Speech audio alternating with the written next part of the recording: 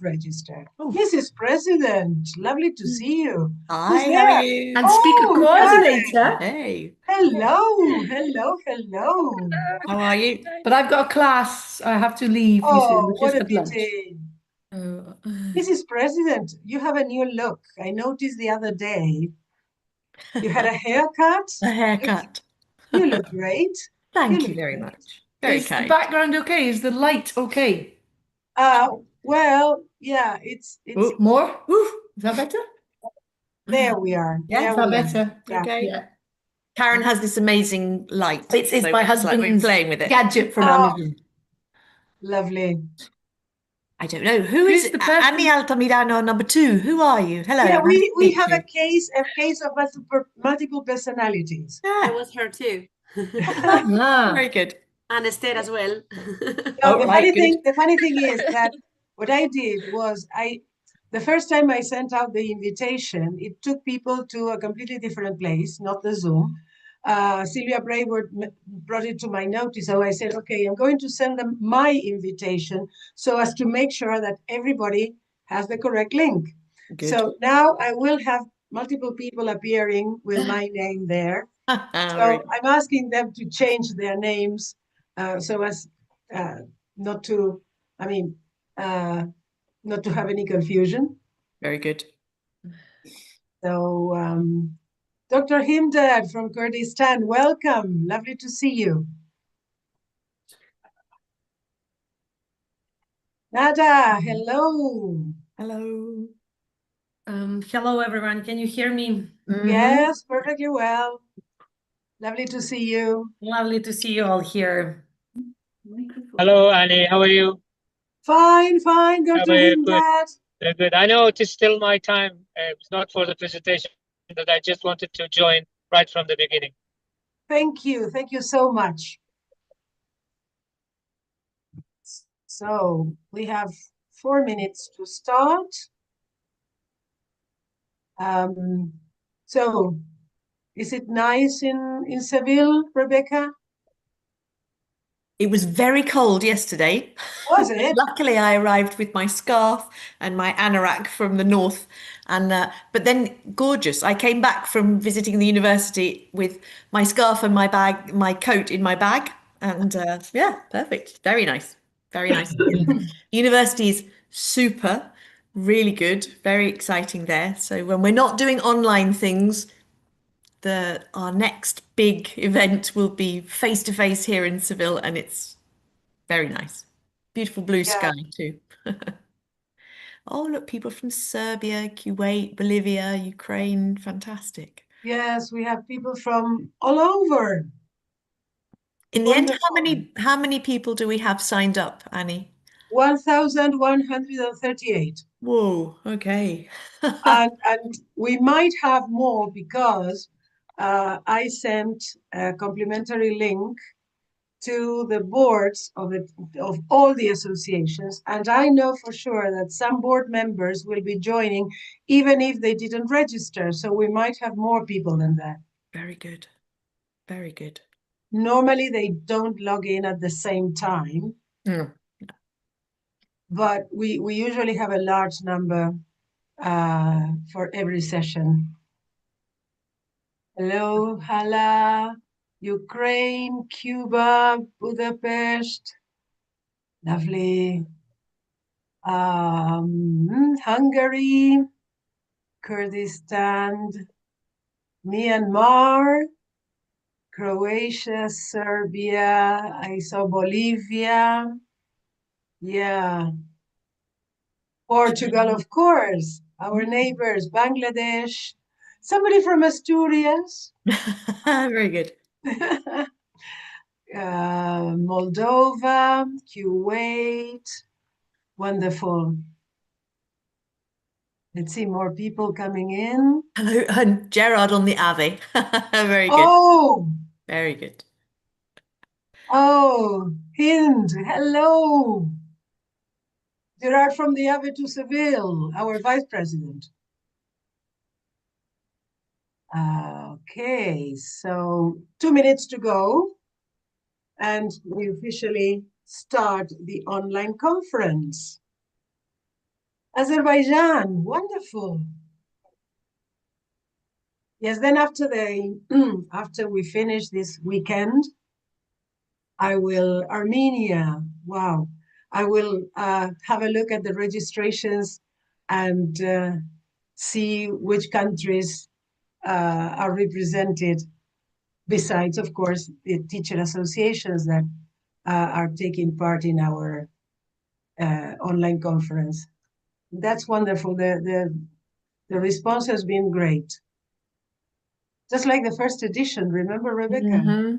Yeah. We had also over 1,000 registrations. And it was I remember people in South America joining at 3 o'clock in the morning, and people from the Philippines staying up until 3 o'clock in the morning until we finished. It was fantastic. And this promises to be the same. Oh, yes. Oh, yes. Let's see, we have a question.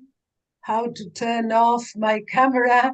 Oh, don't worry, you have an icon. The toolbar in the bottom on the left, you have the audio icon and the video icon. You just click on those and you mute yourself and the video will be off. I have a problem of multiple personalities. I don't know which of my personalities has turned off the camera. I hope it's not mine because No, I'm you're here. still there. Okay, so maybe it's Esther, I don't know. Okay, so it's 10 to 3. Oh, Sylvia, please change your name because you appear as me. Why? Because I sent This is you, again your multiple personalities. You it's see, my it's multiple not me, it's you. personalities.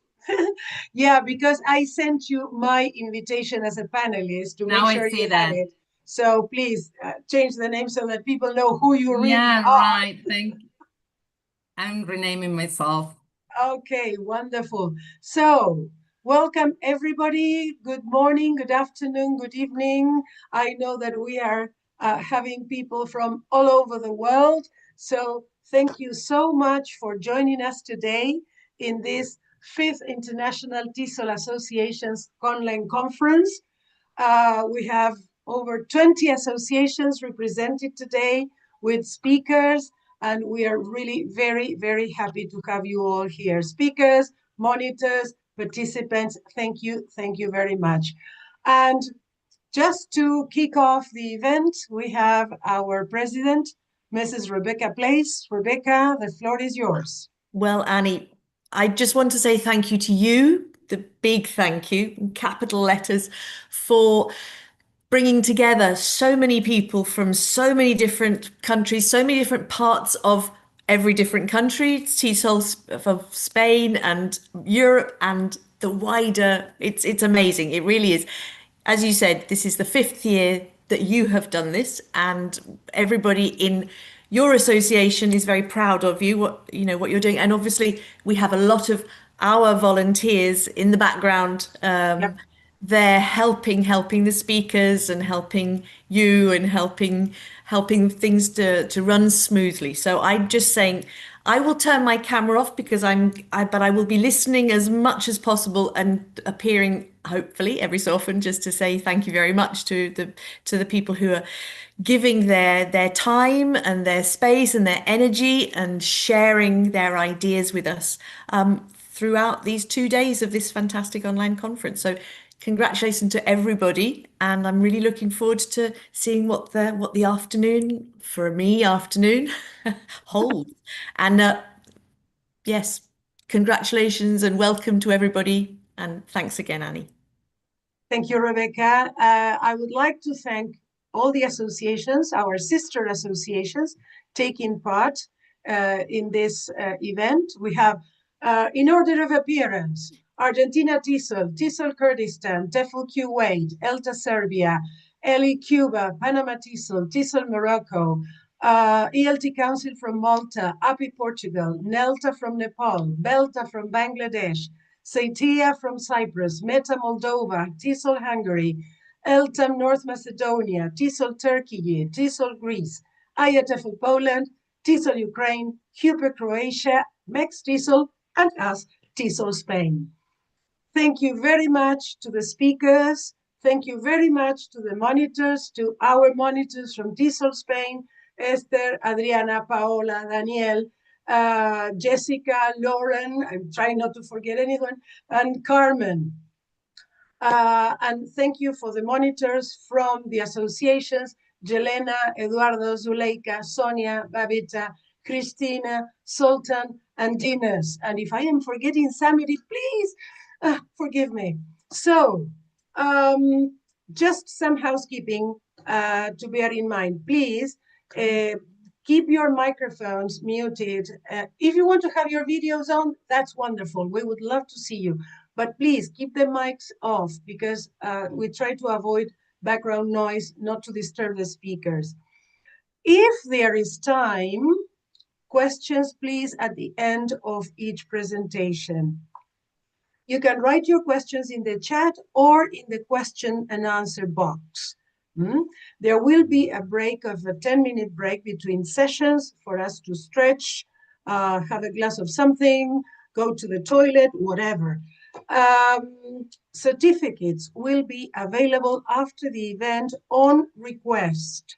I will share the link, the email address frequently so that you know. And if for any reason you leave the room and then you cannot get back in, don't worry, because there will be a link to guide you to our YouTube channel and you will be able to watch the streaming on YouTube. But so far so good. I don't think you are going to have any problems of that kind. So we have in 5 minutes, we have our first presentation, and it's from Argentina TESOL. We have our dear Silvia Brayward and Esther Vasquez. And I'm really happy to have Argentina TESOL with us. Thank you. So, Esther, please, if you would like to introduce our first speaker of the day. Of course, my pleasure. Okay, well, I prepared something very short, but let's say really heartfelt. First of all, hello everyone. I'm really delighted to introduce Silvia Brayward, who is now president of TESOL Argentina. She's a fantastic speaker and a dear friend of mine. Silvia, and her energy, her expertise, and passion for education are truly inspiring. So, Silvia, the floor is yours now. Wow, I'm deeply moved, Esther. I don't know how to continue. Thank you for that. Okay, you've raised the bar, so let's see if I'm up to the expectations now. Well, the idea is, first of all, let me share screen with you. Everything can fail, you know that. But tell me if you can see my screen now. Okay, let's see if you can see it. Yep. Okay, a bit of a spoiler, but if I'm not mistaken, you should be seeing the title of this presentation. Is that okay with you? Perfect. Well, first of all, thanks for being there. And I'll be trying to discuss along these 30 minutes or so what I believe to be education, which is the way in which, as teachers of the English language, we are challenged to weave the old and new, the borrowed and the due. And there is a little bit of creativity there, as you can see. Well, you all know that I come from Argentina TESOL, but it is great to be sharing with you this moment of co-creation, as I wrote in the chat, because we are part of an international association and we are all together in it. So great to meet those of you who I know in person, in some cases more than others, right, Esther? And great to be here sharing good practice with you. If you want to continue this conversation, this is where you can find me. Remember that LinkedIn is my professional learning community. I'm there 24/7 for any question, any challenge, any idea, any link you want to share, perhaps, you'll find me there. So this is our itinerary today. I will be discussing as an introduction the new context and the new generations that have come to be our latest challenge. I'll be discussing what is new, old, borrowed, or due in our profession. And last but not least, I will be sharing some strategies, some generational strategies that I think will make our lives easier. I don't know if you're in it, but I think we need definitely those tips and strategies that will help us develop our practice in the future. So if you're ready, Q&A at the end, and here we go.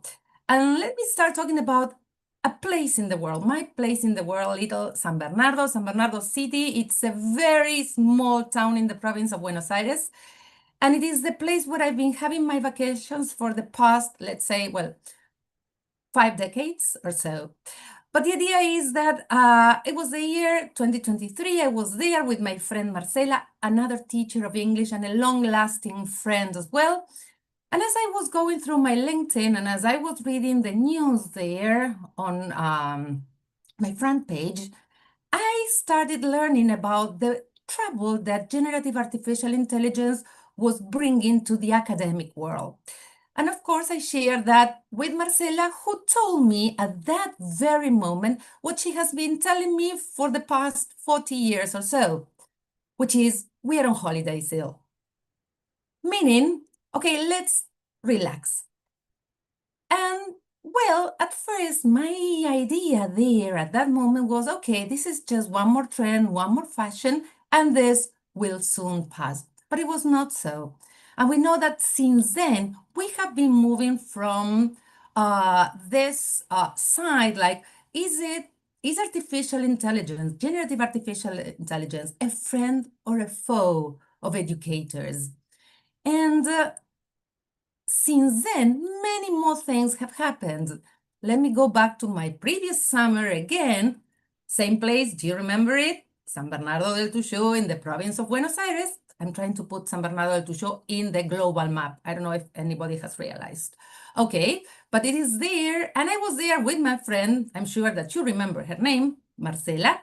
And we were talking about anything, just anything as one does during the holidays. And I told Marcela, listen, Marce, I've just discovered that DeepSeek and ChatGPT-5 have entered the LLM's markets. And guess what Marcela said at that moment? Yeah, I know that you know it. We are on holiday still. But the idea is that we have a great moment, Marcela, Esther, all of you.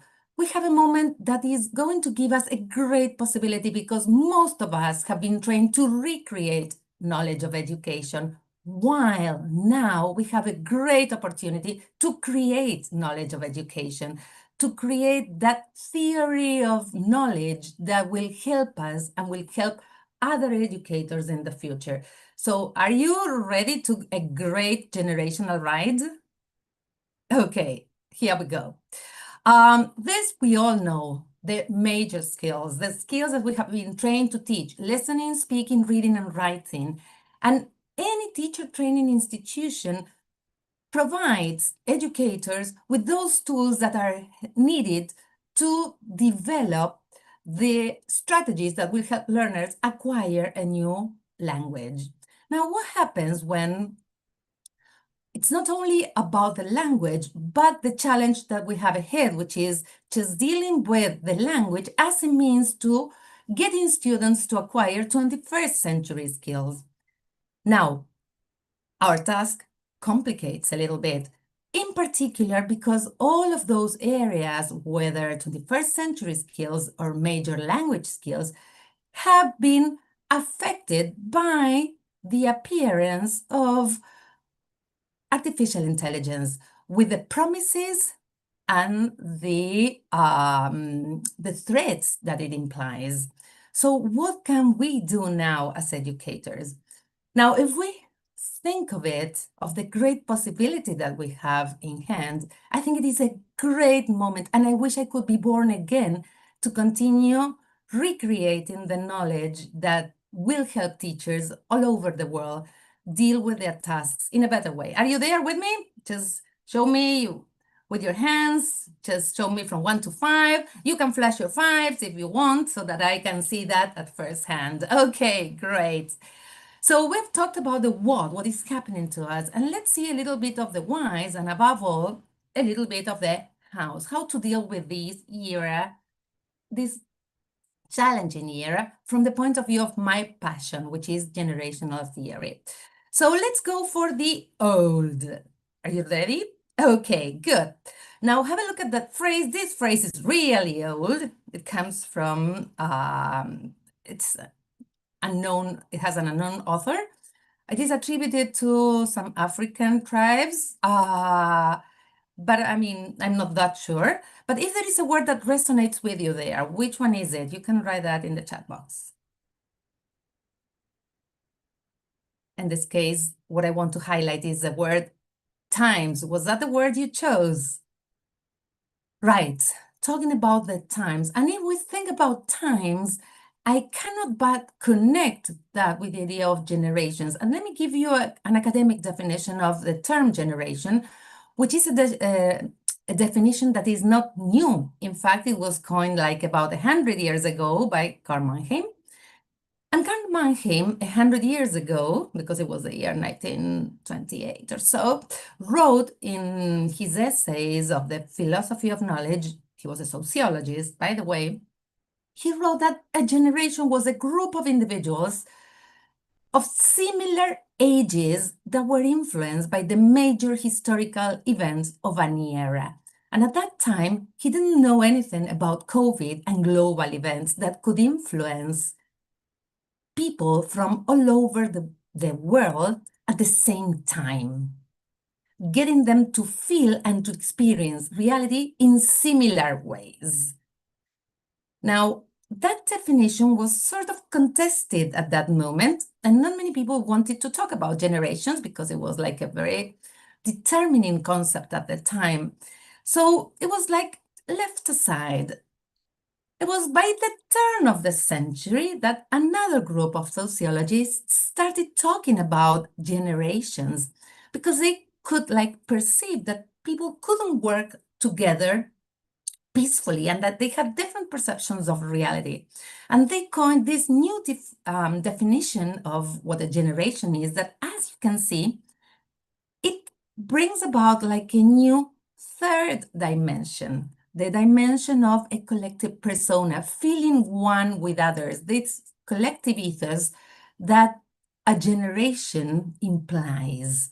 When we talk about generations, we talk about filters, ways of perceiving reality, ways of understanding values, norms, what we are doing, what we want for our family, for our work, for our way of connecting with the world. Generations are filters through which different individuals perceive and interact, perceive the world and interact among themselves, right?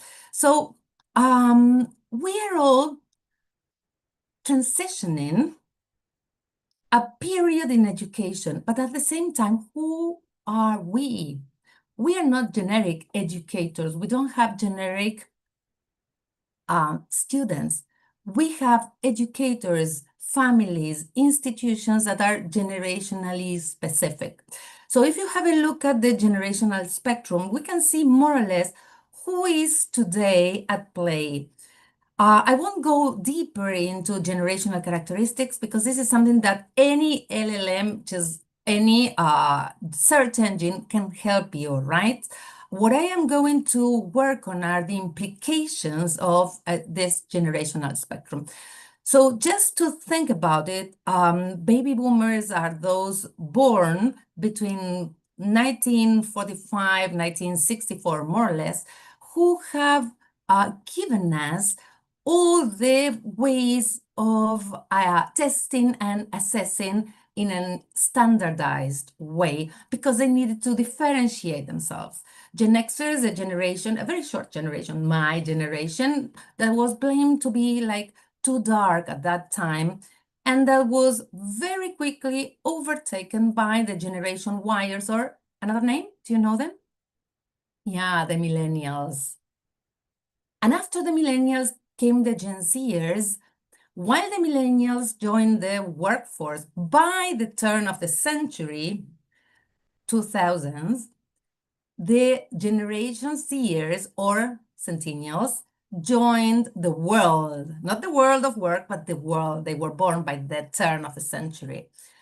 And if we come to think of it, we have in between the generations that are called cuspers, because generations do not change from one day to the other. They transition smoothly. And there are other groups that have been identified. Just for you to know and so as not to drive you crazy, what I want you to remember is this. Our youngest colleagues and teacher trainees belong to Generation Z, mostly when they are novice, of course, and when they are just starting teacher training college after secondary school. And then we have Generation Alpha, the youngest generations at school that are starting to join secondary school, late middle school, and high school. So they have been affected by major social historical events, such as the advent of social media and the development of social media and AI. And definitely, to complicate this panorama a little bit, we have a new generation, Generation Beta, predicted to start this year. And I think that the author who predicted this, Mark McCrindle, in the year 2005, really got it right. Because if we are thinking about major social events, definitely generative artificial intelligence has come to have a say here. So all these generations have to be future ready for the 22nd century. Fortunately, along this big, huge task that we have as educator of a language that is the means through which those abilities needed for the 22nd century will be needed, we are not alone. But we know we have to work together. So thanks, Annie and TESOL-SPAIN, for this initiative. That is great because we have to be together in it, raising our child and getting our synergy to be able to find collective answers. So welcome to the ride. And let me have another little local national element. Is anybody here familiar with the Eternauts? Right? That Netflix series that has been shown recently? All right. Again, I won't go into the details of the series, of the character, or the historical period under which it was written. But there is a phrase that I want to borrow from this. No one is saved alone. The main character, Juan Solo, says that. And the idea is that the great learning throughout this is that although no one is saved alone, each of us can help save someone. So get ready for those tips that you can share. Get ready for the knowledge that you can provide, because we are all in it, and it's an idea. It's a question of collective efficacy, from Aristotle through Stephen Covey to the Eternaut. We are all in it, and we are all co-creating what works, what doesn't, and what is next. And there is another thing there that I want to show you from the Eternauts, which is what I consider great, the Elternauts. The Elternauts. And since we are weaving what works, what doesn't, with what's next, I want to share those two phrases that appear in the series as well. The old stuff works in the series when due to a nuclear storm, everything stops, everything that is digital stops working. Well, what is analogic works. So it's the old stuff that works. And the same thing happens to us in our profession with the youngest generation. So detecting what works is important, but above all, and more important, it is detecting why what works is working, right? What works best, according to Hattie. And And there is another thing that appears in this series, which is the old ways, the ways of doing things. So let's go for the things that work, but the way of doing things that work as well, because this is how lo viejo funciona, Juan, can be translated. Okay, so let's go for the new now. All right. From 1 to 5, how creative would you say this is?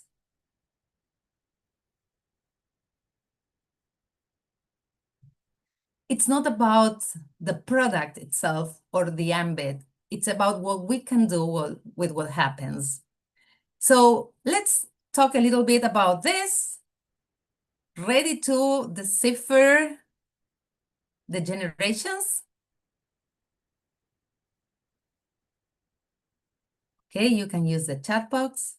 Before generative artificial intelligence and after generative artificial intelligence. So we can talk about generations.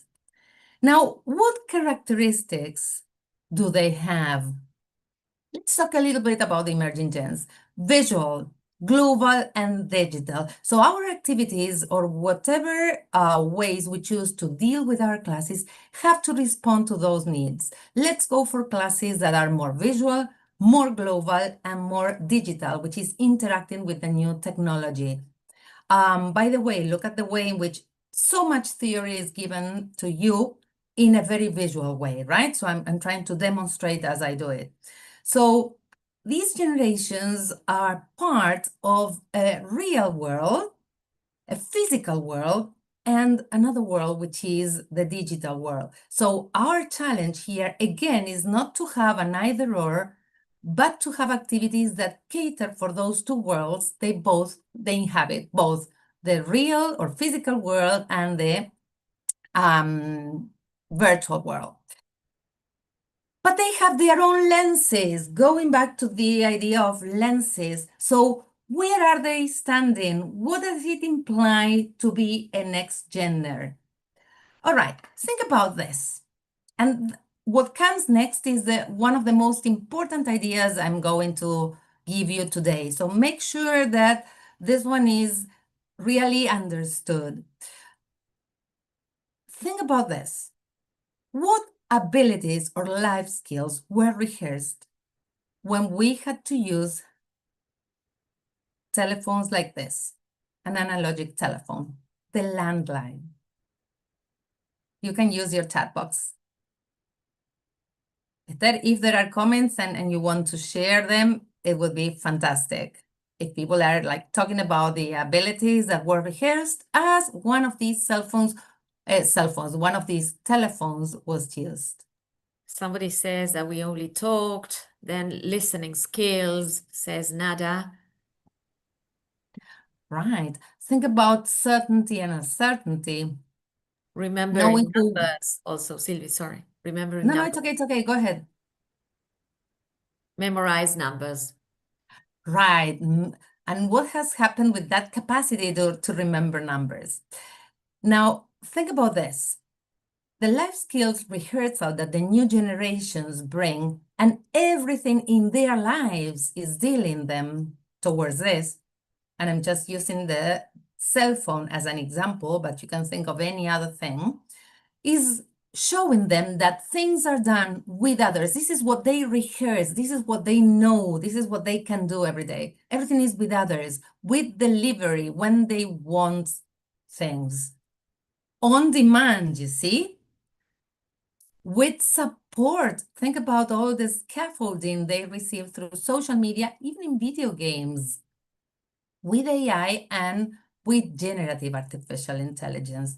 So clearly, these are the life skills they bring and that we shouldn't develop, but we should give them the possibility of developing the others that we do bring through our upbringing and that they lack. So when you come to think of it and you realize that your students just want individualized instructions that they cannot follow, like they cannot follow, they cannot wait, or that they want to do things when they feel like, okay, it's not about a whim. It has to do with very deeply rooted generational traits that will be with them for all their lives. So understanding them and getting them to understand how the way or how the world works is one of the first things that we have to do if we want our language classes to be truly effective. I know that you may be familiar with Mark Prensky. He was the scholar who coined the term digital natives. Remember that? Like a quarter of a century ago. He started analyzing and studying again the new generations and how generative artificial intelligence was, in a way, interacting with them. So he discussed the new characteristics and talked about post-biologically evolved capabilities, like the new abilities that have come to stay, but at the same time imply the loss of other abilities that they also bring. And this capacity to bring from imagination to instantiation through prompting and different tools. The idea of having a collective mind, and look how greatly we can respond to that collective mind through collective efficacy. And last but not least, this is his phrase regarding, okay, like setting limits. I won't say that in a loud voice, but you can read it. This is his opinion regarding trying to stop generative artificial intelligence from education. So what is that telling us? First of all, that we need to work very deeply on self-regulation, helping our students self-regulate. And when I say self-regulate, I mean either cognitive self-regulation, because we are facing a generation that wants to learn at their own rhythm through digital tools. And this is what has been like started what people have, or what scholars have started to study, which is heutagogy. Not pedagogy, not andragogy, but heutagogy. Like, what happens when, since very early age, you have access to developing yourself at your own rhythm and on demand? And at the same time, what happens when generational characteristics affect you? Like, how can we get our students to develop flexible mindsets that will help them succeed? Okay, solutions. First of all, there is something that you can see if you just scroll down the plus sign there. There is the feature of the study mode that the new tools in ChatGPT provides, which is helping students not only by providing answers, but by providing coaching and direct prompting and questioning. So I would recommend that with your students as well. Now, dangers, if we are talking about emotional stability, infoxication, which is too much information. Sorry about this presentation. Authentificial, students are half authentic, half artificial in the sense that they find it difficult to be themselves either online or in person. And artificial maturity, because since very early ages, they are confronted with dangers of many types. And this develops in them these characteristic, the anxious generation, a generation that cannot wait because everything is immediate, and past and present are very much confused. So Maslow before you bloom. Let's go for catering for their basic needs and first of all, those needs that are needed for survival. And then let's move on for their cognitive needs. And by the way, let's make sure that they have Wi-Fi, battery, and above all, a power bank, because this is what they will be needing to be trained. All right, are you there? Are you still there? Okay, I know that Esther loves this. How do we help our students develop self-regulation? Well, definitely the mantra of yet, when they come up to you with their concerns, with their difficulties, with their challenges, and they feel overwhelmed. First of all, make sure that they comment on them, that they announce them using the phrase yet or the word yet at the end, because that gives them a different way of perceiving reality. And this is the abracadabra of any student, creating as they speak. It's not that they cannot write a description, but they cannot write it yet. And make sure that that is the language that you enforce in the classroom. You can comment if you use them in your classes or not, and how it works with you in the chat so that everybody can read that as well. Another one that I love is try. When they come up to me with the solutions, is I'm co-creating the language education with them. I just tell them, okay, try and let's see what happens. I am yielding this authority I have to direct the class on behalf of their own capacity to discover how they learn better, because this is part of the heutagogy I was telling you about. I insist on the whys as well, because I want them to be critical and to be able to account for their choices, to say why they are preferring one option to the other. And last but not least, when they come up with a difficulty, I want them to announce it in a positive way. Like, okay, I cannot write an argumentative essay. I don't know the colors. Okay, what do you know and what can you do? Tell me that, please. So if they don't know how to write a description yet, what is it that they know how to do? All right, and that will work. Borrowed. I know that you will love this. This is what we can get from other sciences, like neuroscience. And this is John Medina in Brain Rules. We are talking about visual generation. So vision trumps all other senses. So let's see how that works with you. I'm going to say a word, and I want you to think about it, right? Think about the word. Are you ready? Because then you will have to tell me what comes to your mind. Elephant. Elephant. Did you get this one or this one? If it is number one, write it in the chat box. If it is number two, you can write it in the chat box. All right, think about this, a generation that is even more visual. How come we don't provide or cater for that? Make sure that this aesthetic generation gets that visual input that they need. Think about this. All the power of storytelling. And when I say storytelling and poetry, I'm talking about literature, and how literature that is a very visual way or a visual genre collaborates with the youngest generations, and how much can be borrowed from storytelling and what our students can do on social media. This one, if you had to write a phrase, looking at this brain rot, and again, it is the market, it is what is being shared by them, but how can we borrow from this? Oh no, la polizia. Definitely, this is something that we can use for creativity, for collaboration, and above all, for norm setting. I will not talk about this. This is again a local wink, but I will focus in these last minutes on what is due. And it's not only a question of detecting the cheating, but it's about dealing with the teaching.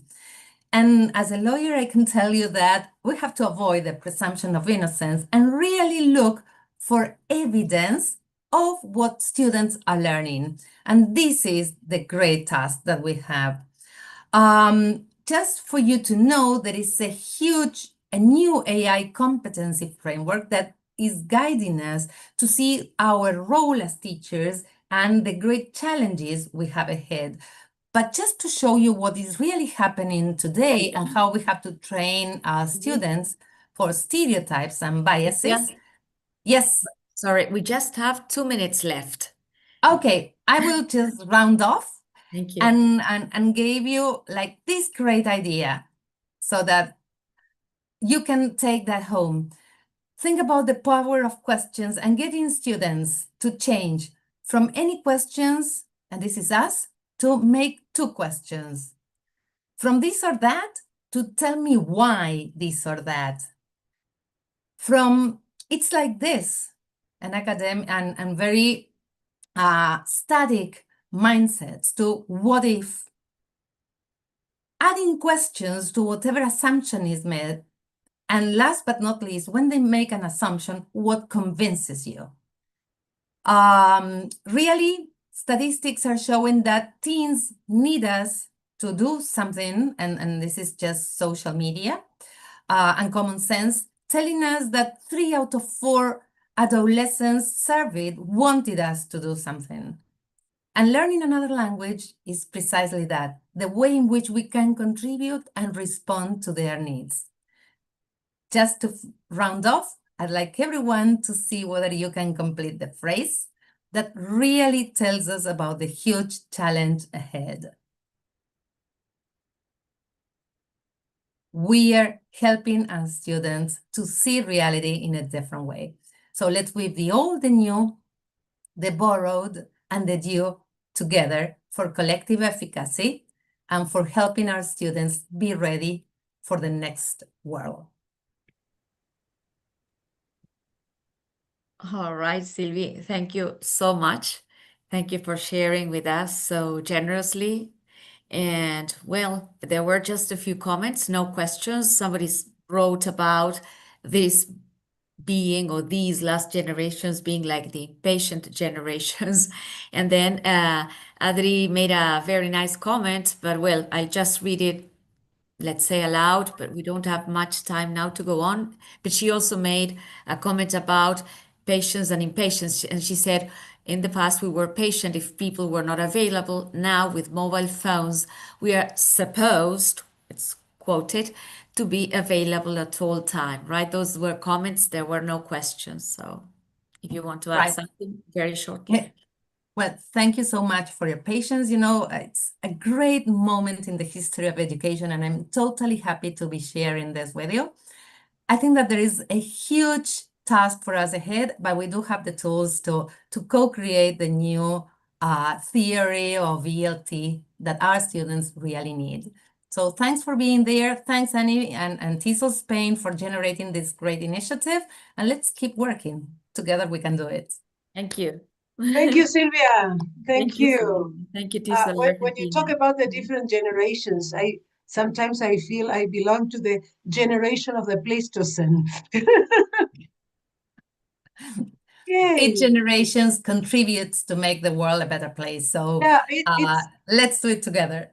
yeah, it's mind-boggling because the other day we were talking with my husband and we said, okay, the kids now are experiencing so many things, but just think, I mean, we were born in the mid-50s. That looks like another era altogether. And we were thinking about the way the world has changed, how fast everything has changed since we were born. I mean, it blows your mind. Right. It blows your mind. It does. Yeah. And the problem is that we have always been in a classroom, and classrooms do not change or have not changed much. And although the pandemic moved us like 7 years ahead, very quickly all institutions return to the old styles. So, okay, Yeah. what is it that we should like foster from the old ways, and what is it that we should be exploring? And this is fascinating because Yeah. it's a unique moment in the history of education. And I think that we should feel empowered. It's not that we should feel that, okay, I don't understand this, but what a great moment, even for the new teachers, like what a great moment they have chosen to join the teaching profession. A very empowering one if you come to think of it this way. Yep. Thank you, Sylvia. It's been a pleasure to have you with us. Have a lovely weekend ahead. Thank you. Have a great, great, great convention. It's been a pleasure as usual. Thank you. Okay, we are going to have a few minutes left, 7 minutes exactly, before Dr. Himdad Muhammad from TESOL Kurdistan joins us with his presentation. So if you need to stretch a bit, just enjoy the 7 minutes that you have ahead.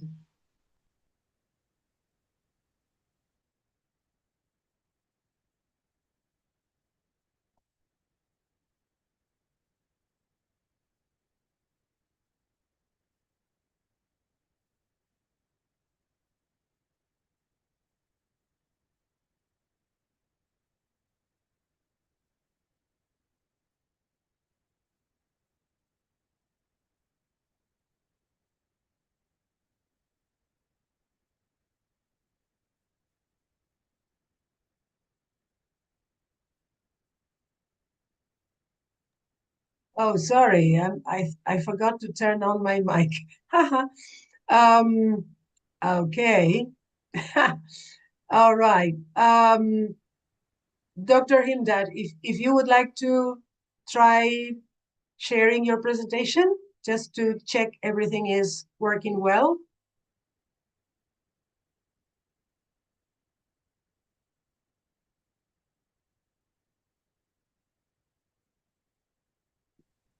Sure, Arnie, I will do in a minute. Okay, thank you very much. Hello, Marwan. Lovely to see you. Hi, how are you? Thank you so much, Annie. Thank you. Thank you so much for inviting us and engaging us within this wonderful conference. Thank you so much. You know that we're always happy to do things with TESOL Kurdistan. So I just got connected. If you just give me some chance just to say a few words about my Yes, colleague. please. Yeah. Yes, go ahead. Go ahead. We have time because we have 5 minutes before starting, before Dr. Himdad starts his presentation. So if you would like to say a few words, the floor is yours. Yeah. So I would like to introduce my dearest mentor, friend, and colleague, Dr. Himdad, Professor Dr. Himdad, who is a very well-known figure within our region and throughout the Middle East. He is a specialized and expert in English language and linguistics, and he has graduated from Salahuddin University. And currently, he is one of the senior advisors of the TESOL Kurdistan, whose contribution, honestly, have been very instrumental in progressing and improving our institutions, our associations, let's say, progress. Yeah. So today he is going to be talking about teaching in the 21st century, the flipped classroom approaches, and I'm sure his contribution is going to be a very asset to the conference. I would like to thank him accepting our invitation and your invitation and joining us and sharing his expertise with our colleagues. Thank you so much again. And we look forward to have more contributions and collaborations with the other associations. Thank you so much. Thank you, Marwan, and thank you, Dr. Himdad, for accepting our invitation. We are Thank really you. very happy Always. to have you with us. Thank you, Annie. Thank you, Marwan, for this nice short introduction. I'm always ready, as you know, to help, to share, to exchange, and to learn from you all. So tell me, Annie, when is the time, and you'll remind me when we are done, or we have 50 minutes, right? Yes, we are 3 minutes from starting time. That's very good because I want to use the 3 minutes to introduce where we come from. Okay, maybe perfect. not all the participants know where Kurdistan is or how is the situation here. So I prepared two very short slides about Kurdistan region. Brilliant. In order to give a better context of where we are talking actually. Brilliant. Thank you, Dr. Marwan. Dr. Marwan, yeah. I will let you know when it's 5 minutes to the finishing time. That would be very good. That would be very good. Thank you, The floor is yours. Thank you very much. It's a good evening, good morning, good afternoon, wherever you are. I'm very glad to be with you today in this gathering, academic gathering and expertise gathering to be part of the 5th online conference, International TESOL Associations, organized by TESOL-SPAIN. And thank you very much for Dr. Marwan for giving us this chance and introducing us to Annie before that, and to others also, and for this opportunity. We have been working with TESOL Kurdistan. It's almost more than a year actually, but so far we have done a lot. We have done a joint series of webinars with TESOL-SPAIN at the beginning of the year. It was 4 sessions, actually jointly prepared. And then we had a very successful international symposium last year this time. And the good news is that we are having a second international conference in 10th of December, coming to, 10 days from now, 10th and 11th of December. It is the first international, but our second big event, we call it. It will be, many international bodies and TESOL associations are participating, including TESOL International and IATEFL, and many other universities also are participating in that. So we are looking forward for further engagement, for further collaboration, not only with TESOL-SPAIN. We are very strongly related sisters with TESOL-SPAIN, but we would love to have collaboration with other associations also in other countries. We will be talking about why we teach, the role of teachers, teaching in the 21st century, teaching problems in general, and then how can the flipped classroom approach solve some of these problems or these challenges. And then there are some frequently asked questions about flipped classroom approach, and then there will be challenges and some tips of how to deal with them. Then there will be some suggestions at the end. But that's where we come from, actually. We are from Kurdistan region of Iraq. You know, Kurdistan is located in a very strategic geopolitical location and place around the world because it connects Europe, Asia, and many other countries. That's why, superpowers in the world also are kind of having relations with them, very strong relations. It's true, the part that we are talking about, we are part of Iraq. And you know, Iraq was not very stable, but Kurdistan region is sometimes called the other Iraq because it is very secure, very stable, and very prosperous also economically and strategically. And this is a closer look. So we are between Iraq, Iran, Turkey, Syria, and all this stuff. If you look at this is the greater Kurdistan picture that is in the heart of every Kurd, actually. But only the Kurdistan part of Iraq is liberated, is kind of autonomous nowadays. And we are seeking for more freedom and federal state. So whatever we are going to say, we are going to relate it to our context of EFL or teaching of English in the context of Kurdistan region. And maybe some of them are globally, some of the problems that we talk about, but generally speaking, that's what we have. I know we are very short of time, but usually I have a kind of technique of myself in order to engage the participants and to regain their focus. We know human beings' focus declines every 6-7 minutes. And then we need to do something in order to regain that focus. We can do that with our students. I'm doing that with our students also, even from PhD level to the undergrads, even to the high school students. So every time when that screen turns yellow or something like that, so there is a question, be prepared for that one. And usually I have mind teasers or riddles so that you can solve or you can come up with. A bus driver goes the wrong way on a one-way street. He passes the cops or the traffic police, but he doesn't stop him, or they don't stop him. Why? A bus driver goes the wrong way on a one-way street, and he passes the traffic police, but they don't stop him. Why do you think? What's the reason? You can write it or you can talk, no problem. We already have a couple of answers. Our president says he's walking. Jelena says he walks. That's because right. he's the driver. That's Adriana right. says I'm so bad at riddles. Very good. That's right. The answer is that he's walking, not driving. Because he's just a bus driver, but he's not driving. Okay, so let's come back to our topic, which is, I will start with this. Why we teach actually in the right place? Why do we teach? And what is our role as teachers?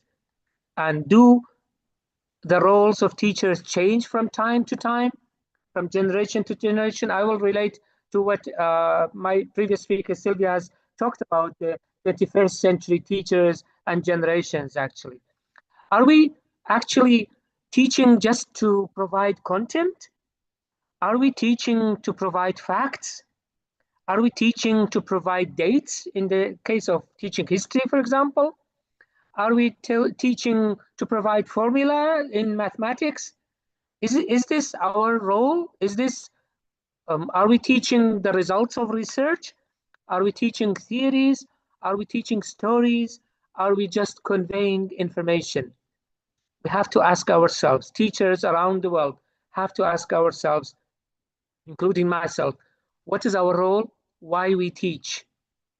Is it for this? If it is yes, then we are in danger, because students of today, they can find information, they can find dates, they can find formulae, they can find stories, they can find theories, they can find information, anything they want, anytime, anywhere. Students of today can find anything, anytime, anywhere. So we have to be concerned about our role as a teacher. So, there are several mediums available for them to get information, to get content, to get stories, to get that. Let alone the age of today, the age of AI. They can get everything. I know it might not be 100% correct, 100% reliable, but they can do it. So what shall we do? If students have access to limitless information, if students can get whatever they want, whenever they want, wherever they want, what shall we do? We have to think of our role. We have to change our role as teachers, right? We have to change our roles. And the new role of the teachers in the 21st century should meet the needs of the generation, as Sylvia said. We have to speak their language.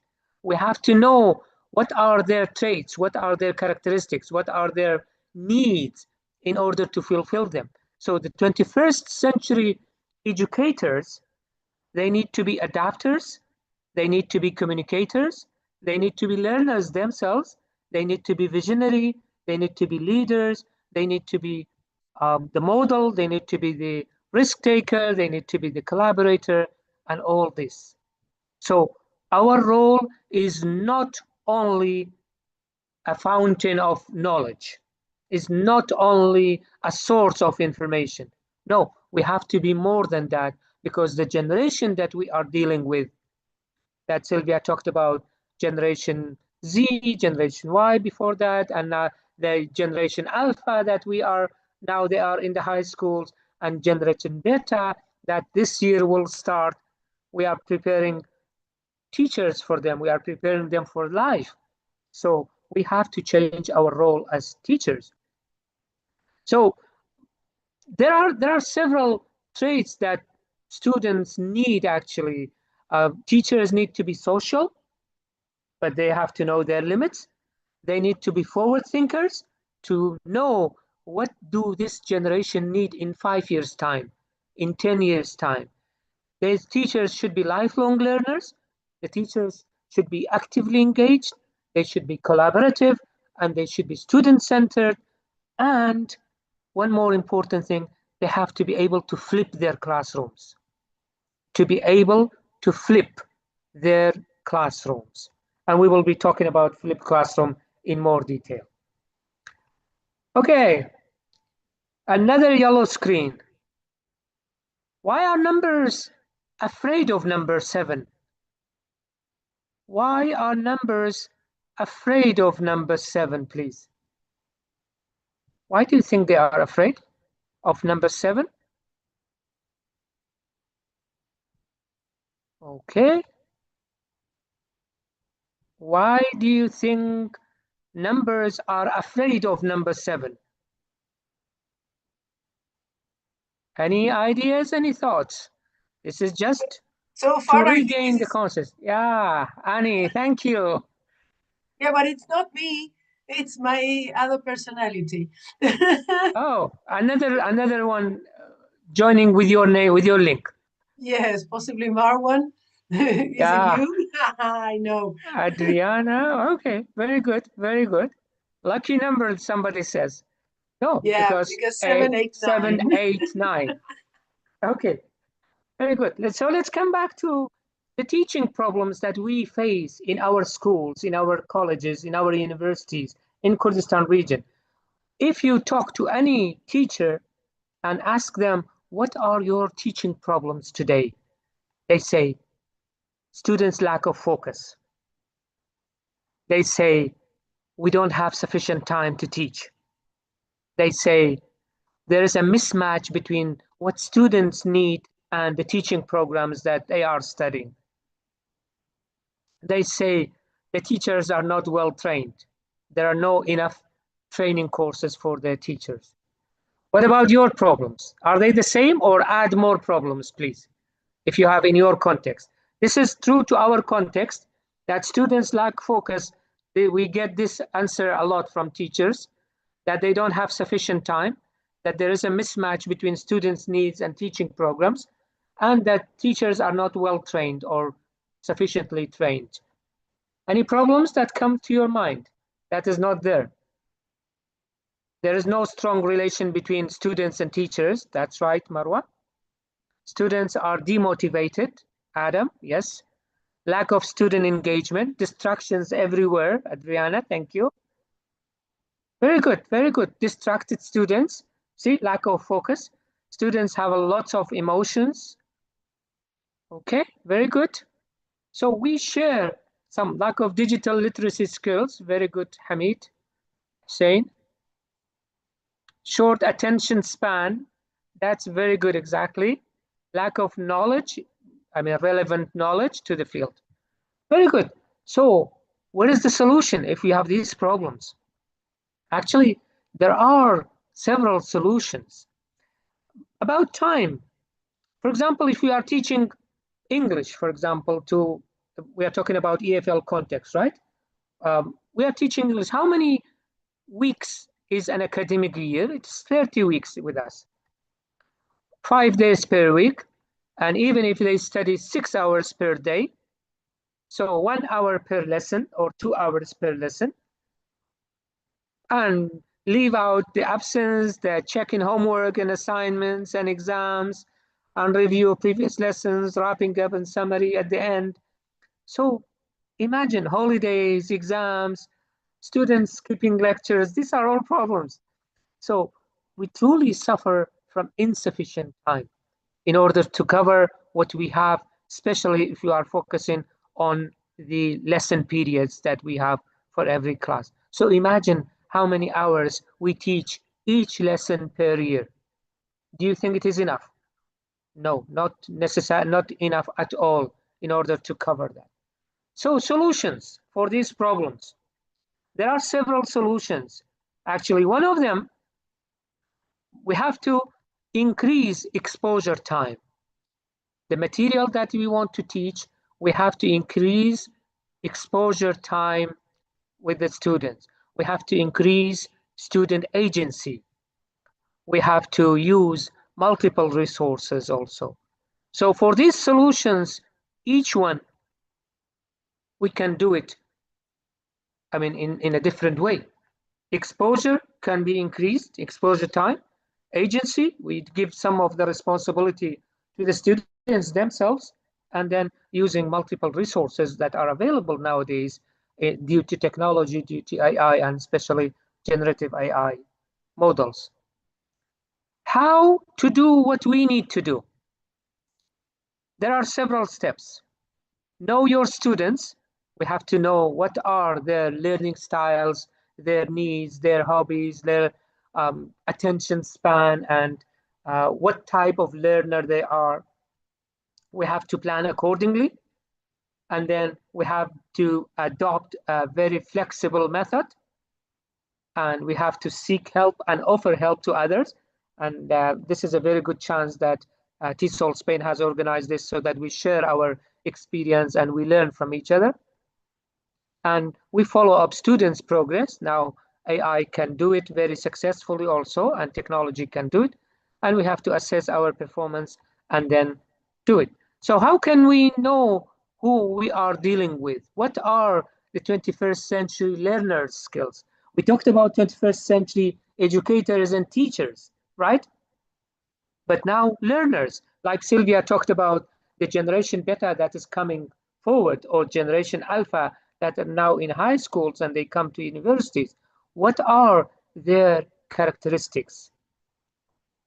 For example, they are self-directed learners, they are globally aware, they are civically engaged, they are collaborators, they are critical thinkers, and they are information and media literate, financially and economically literate, and innovator.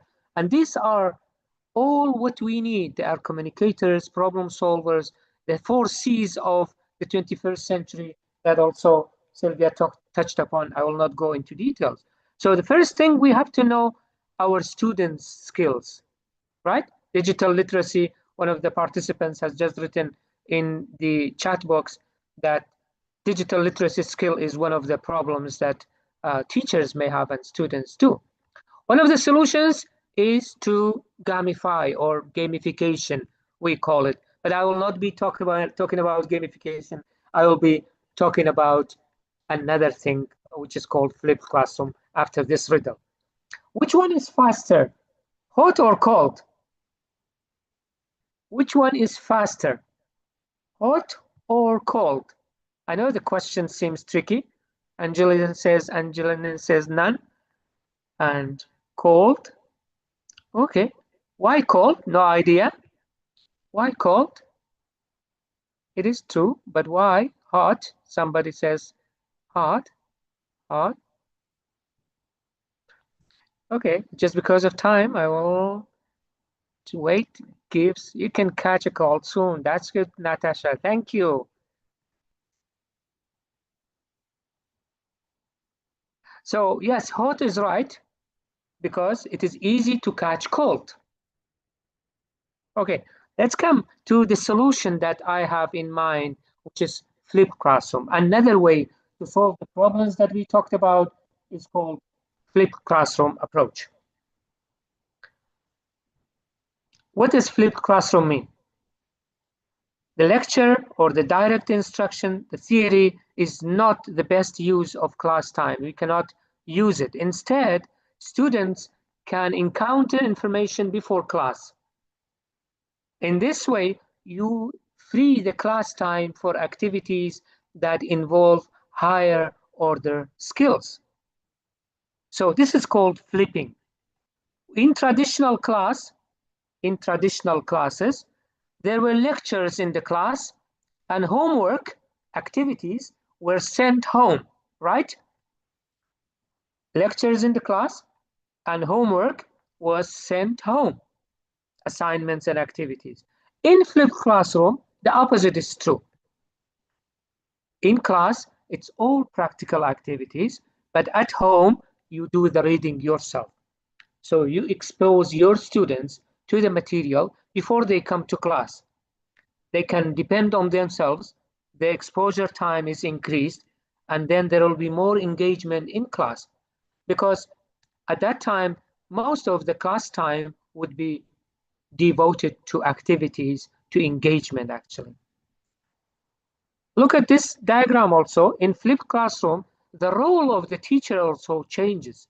The instructor becomes the facilitator, and students will construct their own knowledge, and there is active learning going on, and there is collaboration and collaborative learning because the students will be working in groups maybe, and there is immediate feedback. In case a student did not remember something or did not know how to do it, how to solve a puzzle, how to solve an exercise, then the teacher is there to help.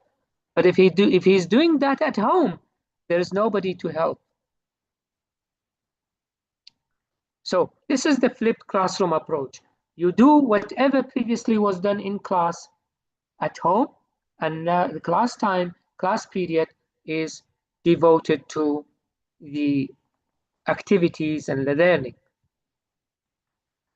There are several ways of how to approach flipped classroom approach. This diagram also tells us how, from Bloom's taxonomy and the learning pyramid also, that will go up from lectures is mostly remembering, and questioning would be understanding, but you send them home in order to do the higher ranking or higher order skills, which would be very difficult to gain and to achieve. While in flipped classroom, creating, evaluating, and analyzing the higher order skills are done under the supervision and the monitoring of the teacher himself or the facilitator at that time, which would be a more suitable guarantee of doing that. So I think there are different ways, but there are several questions, frequently asked questions, why we should flip, some teachers might ask, if we have other options. Flipping speaks the language of today's students. Students like it because they don't want to come to class and listen to something theoretical. They want to do something hands-on. Flipping helps busy students. Flipping helps struggling students because at home they will be able to choose the pace that they want to go. Flipping helps students of all abilities to excel. Flipping allows students to pause and rewind their teacher at their own space and appropriate time. And it increases student-teacher interaction. One of the participants has written in the chat box also, there is very, weak connection or interaction. Students even allows teachers to know their students better, the flipping classrooms, and it increases student-student interaction. That's what we need, actually. That's why we have to think of flipping our classrooms. That's the answer to the question of why we flip. Another question that usually pops up is what to flip. Shall we flip everything, every lesson, every class? To answer this, we have to flip whatever material that consumes your time in class. You have to send it out to class before the class, prior to the class, 1 week, or at the beginning of the course, and so on. At that time, you save class time for activities. You can flip the lessons or the parts that you are sure students can digest by themselves. So this will increase students' agency. Students take the responsibility of learning themselves. You remember the problems that we talked about? Time, and we have to increase exposure, and we have to increase students' agency. That's to give some of the role, some of the responsibilities to the students themselves. So flipped classroom will do both. And it improves critical thinking because whenever students are exposed to the material, they will be thinking about it and maybe sleeping on it, and maybe they can listen to it several times. So they will be critical thinkers also. So what to flip is answered now. How to flip was answered. Maybe another question would be, does flipping the classroom suit every lesson, every discipline? I say yes. It suits every lesson, but you have to adapt it. You have to modify it. It suits language skills. I used it with PhD students. It suits translation. I used it with my undergraduate students. People use it for sciences, for chemistry, and for all others. And whatever your discipline is, whatever your teaching material is, I think flipped classroom is suitable to be adapted. In order to save time, class time for activities, in order to increase students' agency, in order to promote critical thinking students. And that's what we need actually in the 21st century. Another question is when to flip. So we answered how to flip, we answered what to flip, why to flip, not how, why, and what, and when. Now, when to flip. Shall we flip at the beginning of the semester, at the beginning of the year? You can flip anytime you are free. You can flip prior to the class start. You can flip over or through the year. I mean, one week you are teaching, next week you would be flipping, and so on. So it is flexible. It is very flexible. The other question is where to flip.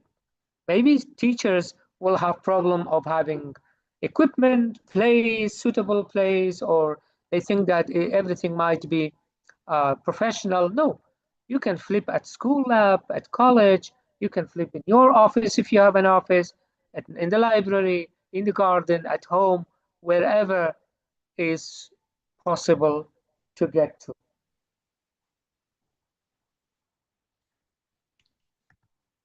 And the big question is how to flip our classrooms. First, you have to have a plan. Second, you have to record yourself, either, audio or video, or nowadays even AI can help. There are several AI models that can do it. And you have to be able to share it with your students prior to the class. And then you can change it also every time. It should be flexible. And then you send it to groups. And then you have to regroup it. And then after the 6 steps, you can review, revise, and repeat this. I know teachers might think that this is so, as I say, easy said than done. But no, nowadays with technology, with the softwares that are available, but most importantly, with the will and desire that you will have, it is very doable and very easy to be done. There are several tools for flipping your classrooms. You can get some of them very free, but what's important is to decide that today would be your day one, not one day. And then you have to identify the resources that you need, and you have to think of how you manage your classrooms.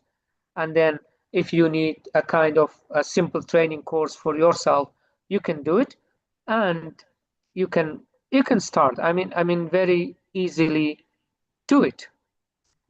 I know you may have. Sorry, Dr. Yes. Himdad, 5 minutes left. 5 minutes. Okay. I'm coming to challenges and tips, and that's it. Maybe the challenges, again, teachers would say lack of time. We don't have time. Lack of skill. We don't have skill. How to send it to learners. This could be a problem, right?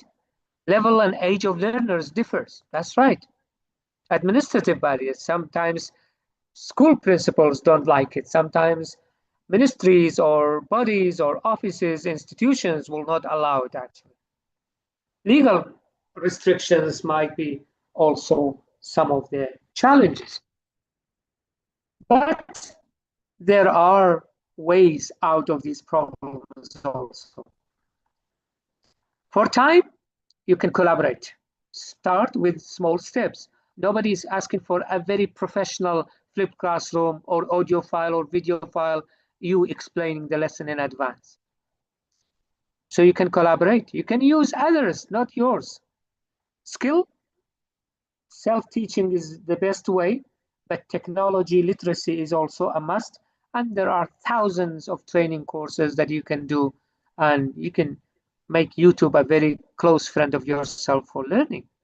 How to send it to learners. In some areas, in some countries, this could be a problem, but still there are ways. There are groups, emails, tribes, applications that can do it for you. Administrative barriers, try your best to convince them or invite them to your class. If a school headmaster, principal, or an administrative official does not like your idea, invite them to your class to see what you are doing. Ministerial requirements, flexibility of regulations, and so on and so forth. So practical steps is to decide one day or day one. This is your choice now. Do you make this today day one or one day? Decide, read about the flipped classroom, start simple and small steps, continue and never give up, and assess and then modify accordingly. I have personally done it with translation module and it was very successful. I have recorded 10 previously around 17 to 22 minutes videos about translation module. I sent them the links or the videos 1 week prior to the class, and we're asking them to come to class for the practice only. So the 4 pillars of flipped classroom, FLIP, F for flexible environment. It will create a very flexible environment.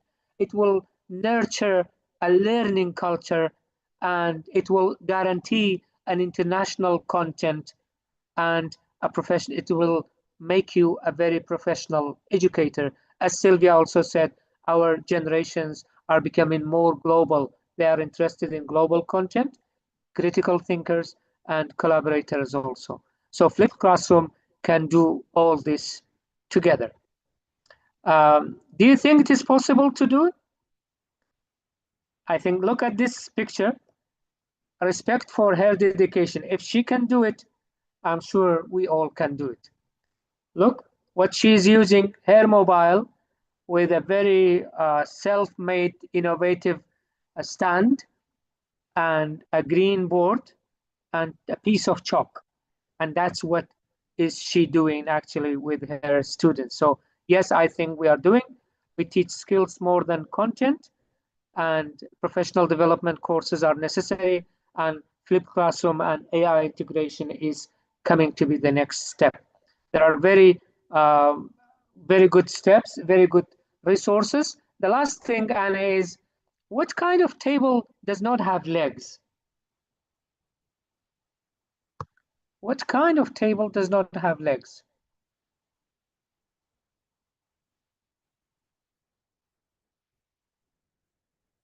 Tatiana, thank you. A chart or a timetable or a vegetable? Okay, very good. So references, there are many about flipped classroom. I said read about it. So there are many of them available online also, and they are available in as audiobooks also. So we have also recently translated this flipped classroom into Kurdish, the language of Kurdistan, so that people are not deprived from this.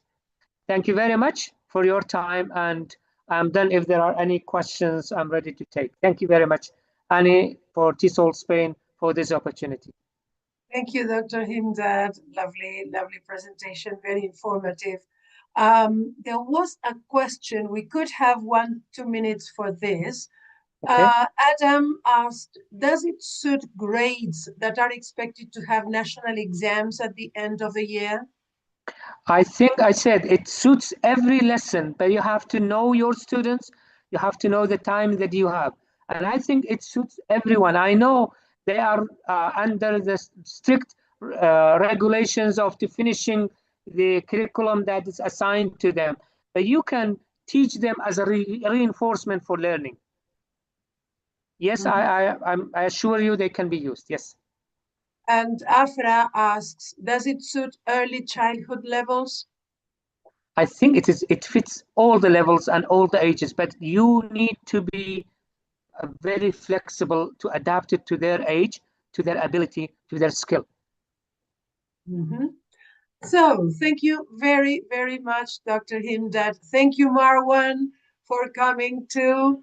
Was a very, very interesting presentation. And now we have 8 minutes left before Adriana introduces our next speaker, that is Anna Machura. I hope I'm pronouncing it correctly, Anna, from TEFL Kuwait. Thank you, Annie. Thank you very much. I will be with you in the sessions, but I will close my mic. Thank you. Have a good day. You too. Thank you. Thank you, Marwan. So Anna, if you want to share your screen and check that everything is working well. Hi, by the way. Yes, and Thank you Adriana so is much. going I to just introduce you, so don't worry. thank you. Amazing. Okay. Sharing now. Do you want me to remind you when there are 5 minutes left or 10 minutes left? Or both? Yes, please. Yes, please. I'm really curious about some questions from the audience where they said at the moment about those things, because these are things for consideration. So I invite them to put their questions in the chat, but 5 minutes beforehand would be handy. Okay, So perfect. yeah, it seems to be working. Very good. 5 minutes then. Yes, perfect. Thank you. Okay, so we have 6 minutes to relax a bit, to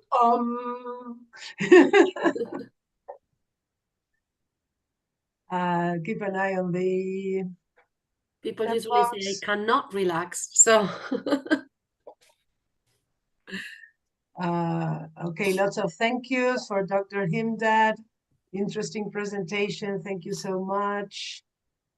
Very useful, wonderful.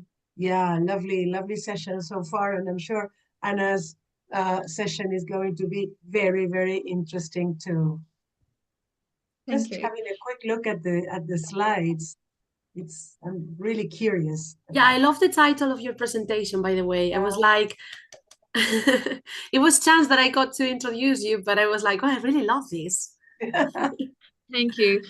Well, honestly, I've picked some of the aspects that I want to talk about, other things that, well, I've noticed in my context, working with students, with other teachers too, but we have the international audience now. So I'm, again, very much looking forward to receiving questions and how we can tackle those areas and talk more about it, appreciating the advantages of AI and immersive technologies, but at the same time looking at those things before we meet in the metaverse.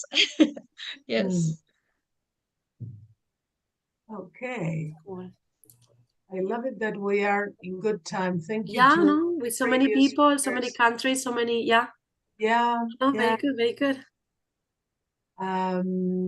So 4 minutes. Let's see. Yep, 4 minutes to go. And I love your background too. Oh, yes. Thank you.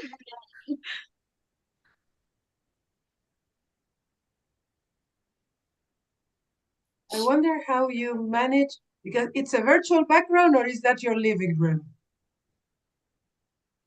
Should I reveal? You have to guess. Oh, no, Well, it's it's your very virtual similar. background. Yeah. It's very similar to one of my rooms, indeed. So that's why I picked that. In fact, I'm in a multi-sensory room Oh, right now. Oh, okay. It is very similar, yeah, to one that I've got. Yeah. yeah, I was asking because when I put on the virtual background, it's like I move and It's blurry sometimes. it's very crazy. Mm. So this is a place where I work at home. So, okay, have a look at it. I mean, I don't mind. Here you have a message. Yeah, Anna, yeah, somebody is sending you Yes, a somebody message. says a message to you. Okay, very good. Can And you see the chat? one of the members of English I'm proud of. Aw, proud to meet you. Thank you so much. Yeah. Our audience there. What a nice way saying to hello. start. Wait, Yeah, lovely. our Lovely. gang, our team. Wonderful. Thank you so much for being here, and thank you to everyone. Amazing. Thank you. Oh, thank you, Sakar. Well, it's my office at home. This is my background. It's my office at home. This is the door to Narnia. This here. This is the door to Narnia. Because if you open that cupboard, anything can happen. There are lots of different things inside. So I sometimes think of it as the door to Narnia. Yeah, but this is my place of work, of study, and of creation. So this is it. I love the word creation. Indeed, it's all about creating something, discovering, you never know. It's gonna be. Yeah. Yeah. Okay, so we are 2 minutes to the time. Minutes. Maybe Adri, you could introduce Anna so that she can Yeah, start because right on time. I don't want to take time from you. I'm sure everybody read your video, which is super interesting because you have a lot of experience in many fields, all connected. And I was telling Anna before that I really like her title, and also finding out that she's like a linguist, lecturer, educational consultant, coach, therapist, everything, you name it. Okay, so the floor is yours. Can't wait to listen to it. Thank you. Thank you so much. Perfect. Sharing now. Again, a very, very warm welcome to everyone. And I picked this kind of topic for our session today, well, to make us all think and notice and start possibly more discussions on what to do, what not to do, and what other things can be covered in workshop sessions with students and teachers alike. So before we meet in the metaverse, the transformation is going on. We're discovering a lot of things. And again, some points will be perhaps thought-provoking, and I hope that you will have your perspective on that. Without further ado, thank you so much for the introduction. Yes, there will be insights from psychology, therapies, neurolinguistics, neuroscience, and more. So, lots of strategies, but as recommendations, okay? Always. So, question to you, please, to everyone. Which one is it? Would you rather we met in the metaverse or in person? We're online already. So let's see. In person. Some answers. In person. Okay. Interesting. Interesting. Everybody so far. Okay, good. Okay. Amazing. Or a combination? Yes. Okay. In person. So far. Here's the thing. If you ask your students, okay, well, we talk about certain things, we show them, but if we don't show them both the advantages and disadvantages, right, we may get stuck in just one option. We know that in-person experiences are much different, and this is something that we know. But I have another question to you. Okay, not just about meeting, but expanding. Okay, now joining the horizon. Would you rather see a robot or a human join your current team or class? You might ask your students. Okay, human. Human, human, human. Okay, okay. Interesting, isn't it? So my question is about immersive environments and metaverse. Do we need it, or is it the digital future we're heading to? Or what can we do to find our place and our preferences, etc.? Questions to follow very quickly. Let's set the tone. Please answer. How confident do you feel discussing those things, both advantages and perceived threats related to our topic? If you're confident, you can say 10. If you're halfway through, 5, maybe 6. The transformation is going on. So the answers may vary. 7, 8, someone says. 4, 9, 8, 5, 9. And I believe that our students would probably answer the same. They get in touch, immersive environments, either at school or outside. So see, that just means that we need to talk more about it to meet somewhere. Okay, what concerns have you come across in relation to the use of modern technologies?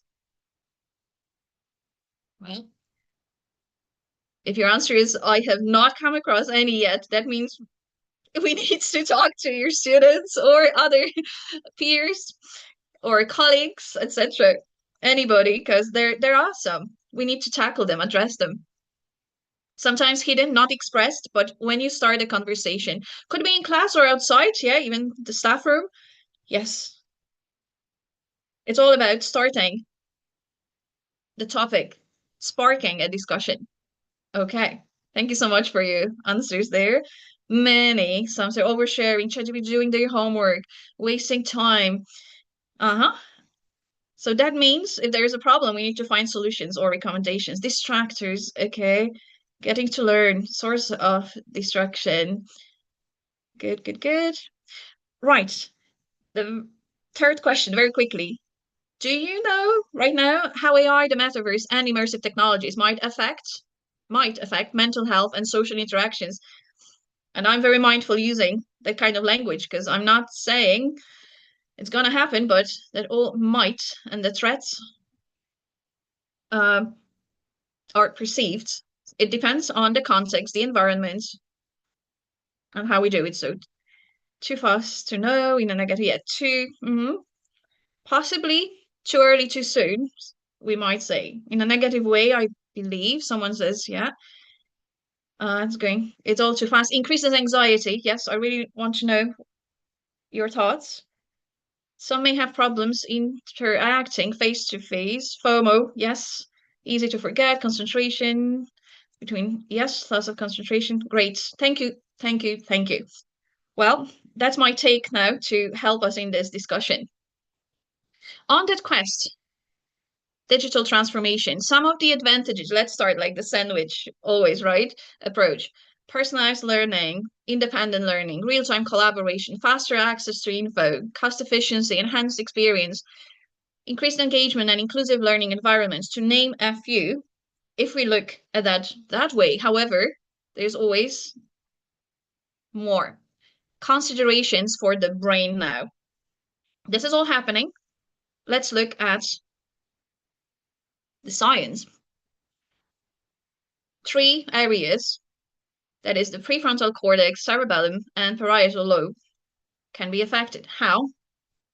Let me explain. So these 3 parts of the brain are involved in the crucial functions: cognitive skills, higher order cognitive processes, motor movement regulation, balance control, as well as sensory perception and integration. I want you to look at that and think, okay, do your students know that yet? Do we need more maybe talks or workshops on that topic? We teach different generations. And again, okay, the age is another crucial thing because the human brain continues to mature until the age of 25. Now, I presume, in this room, we have different generations as well. So where are we coming from? The stance is, okay, generation Y here, being more confident about getting knowledge, about making decisions later on. Or another generation, competition. What is the driver, the motivation? What is the natural environment, or you might say habitat, in the real world before we move to the metaverse or other immersive environments and start interacting with others? And Generation Alpha, already they are decision makers. However, the amount of information is much bigger, and it can be, again, the advantage that they already are navigating that water, but it's not that clear. Let me explain. Texting, web surfing, accessing digital content, okay? These parts of the brain are different when it comes to activities, reading or speaking. Think about it. So brain-friendly activities, integrating knowledge from other domains like psychology that you will see in a moment as well. Our learners need to know that as well, okay? As teachers preparing the lesson plan, let's talk more, like rethinking everything, probably sometimes to reset and reconnect, to have a fresh perspective, getting everyone on board, getting their views. So how about cognitive overload? Does it happen in class? If so, how often? FOMO, that was mentioned in the chat, fear of missing out. User confusion. Here, what I mean is too much information, but the experience sometimes can feel exaggerated, can be. Visuals, descriptions. It's not the language we naturally use in our habitat. Think about it. The language generated, let's say even like ChatGPT, or is more generic. There might be confusion about the expectations and what you see. not only in the educational context, but also about products later on or services, or how we communicate our needs and how we sell, how we, etc., interact to get the message across. Lack of authenticity. When it comes to AI, it could be AI anxiety, also mentioned in the chat, so I'm happy we're on the same page. I love puns, so we're on the same page, but still online. No. Okay, techno stress is a real thing. And after the pandemic now, in the 21st century environment, it seems that everybody is living in that heightened state of anxiety anyways, because of fear about the future and so on. So reduce self-esteem and self-doubt, doubt about the future, but about your skills right now. So this is why mindfulness and getting the brain, getting our learners to work at the moment together, focusing what is important. Yes, you may have an activity and then compare that or improve or check what an application, what AI might think about it. But comparing yourself or your work constantly, this is what's coming from my students, again, may reduce their self-doubt or their confidence, increase their self-doubt, increase now the anxiety about I'm not good enough. Does my work have to be improved every single time? Okay, so that's very important, how often that interaction takes place, and if their original work, again, is up to a certain standard, because it seems that it's faster, it's better, always better. This is the element I'm talking about. Reduced quality of human interactions might happen. I'm not saying it's happening, but if you have the collaborative working and discussing issues of data, privacy, security, how they interact here in our classroom right now, how we can have bonds, meaningful conversations, create that connection. It's very important because actually the social neural pathways are created for for everybody in the long term when something is repeated, maintained, and agreed on. So are they getting the same experience, right? Identity issues or avatars, you're creating a new persona online. So what is real to you? A topic perhaps for a good workshop with your students. I've had workshops like that. And brain rot, important very quickly because it is a shorter session, but I want to mention all those points. So brain rot was the word of 2024 by Oxford Dictionary. I want you to know what is the one for 2025? Parasocial. Okay. Next one. So stop brain rot. This is the time, the alert that I'm sending out there. How to be vigilant, mindful. Next part, the technology paradox seems to be the problem and the solution at the same time. Okay. Safety, health, play in a digital age.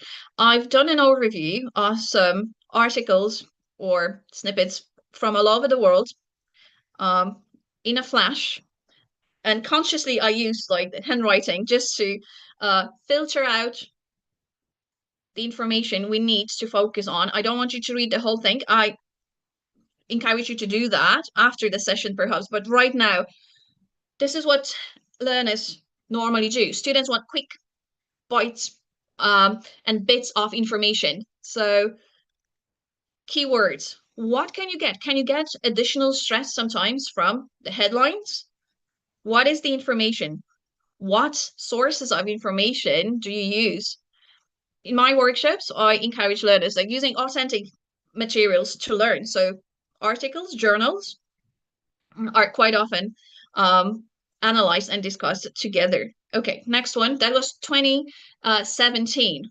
Here, a quick flash to November 2025. Yes, recent news. I had a bit of FOMO preparing this presentation because I wanted really the most recent info just within the last 7 days. Yeah, please check that.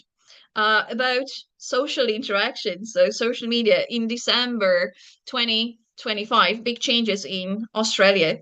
So teen accounts are going to be closed. So there is action going on. let's talk to our learners as well about that. What do they think? Okay. So a techno crisis is going on, we might say. However, meanwhile,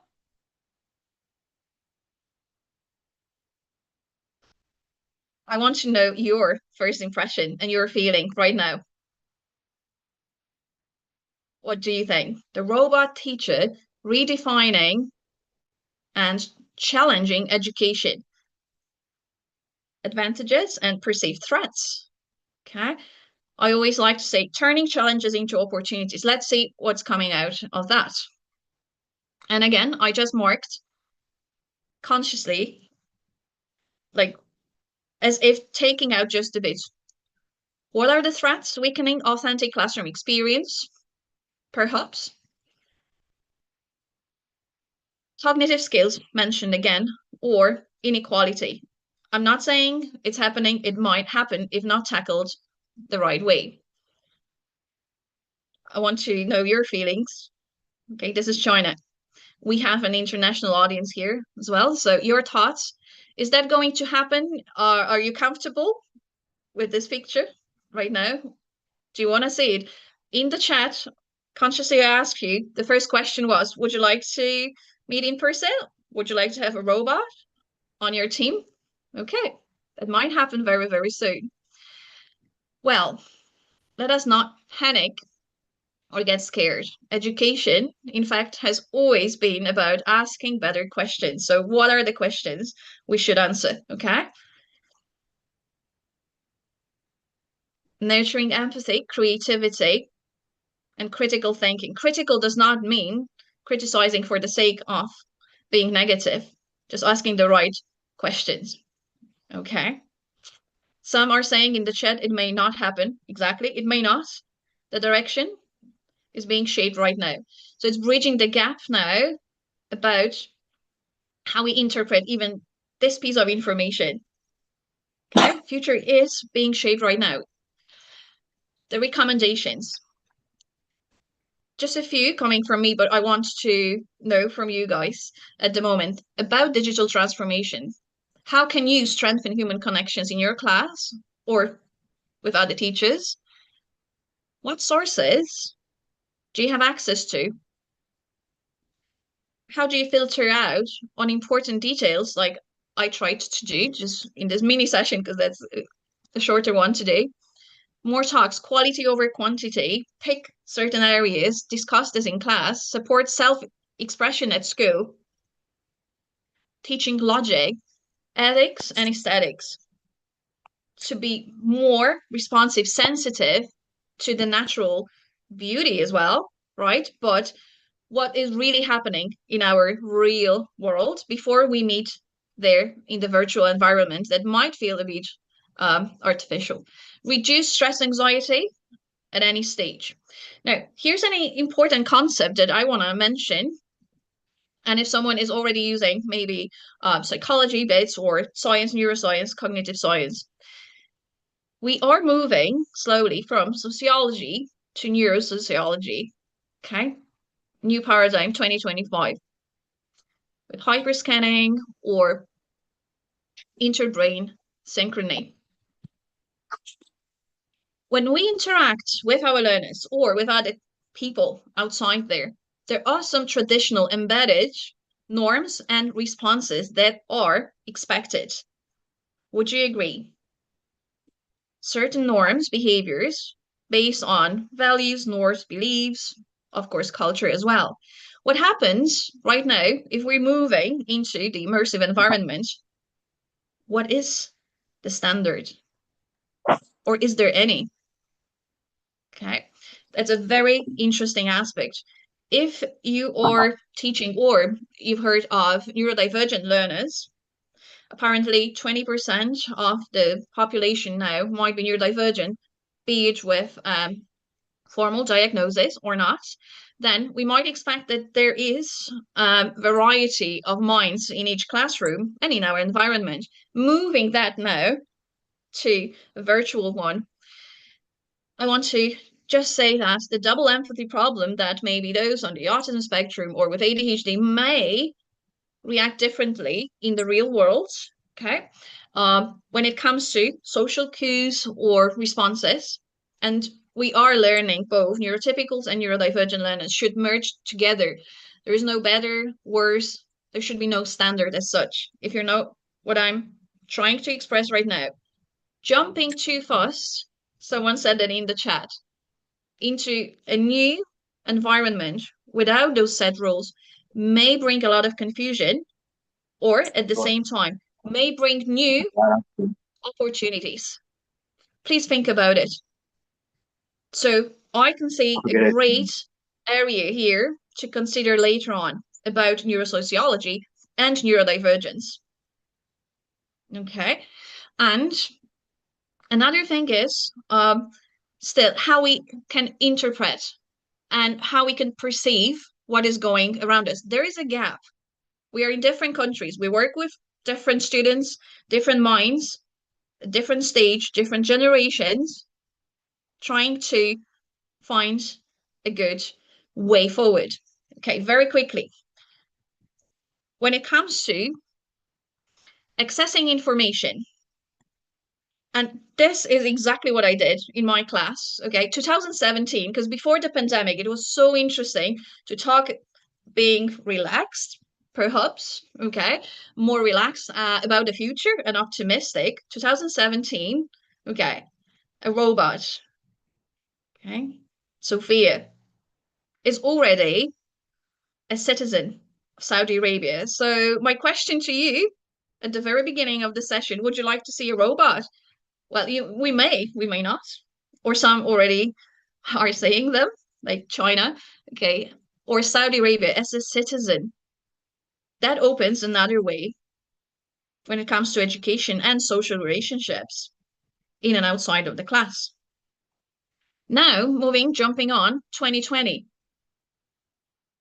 If you Google, okay, just Sophia, the robot, let's read what information we're getting. I'm not looking at world domination.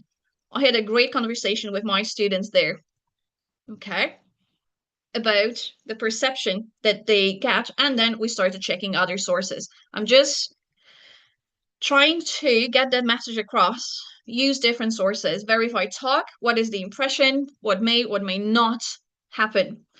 And again, the time frame, you probably know this, BBC. What is metaverse? Now, we have the metaverse right here.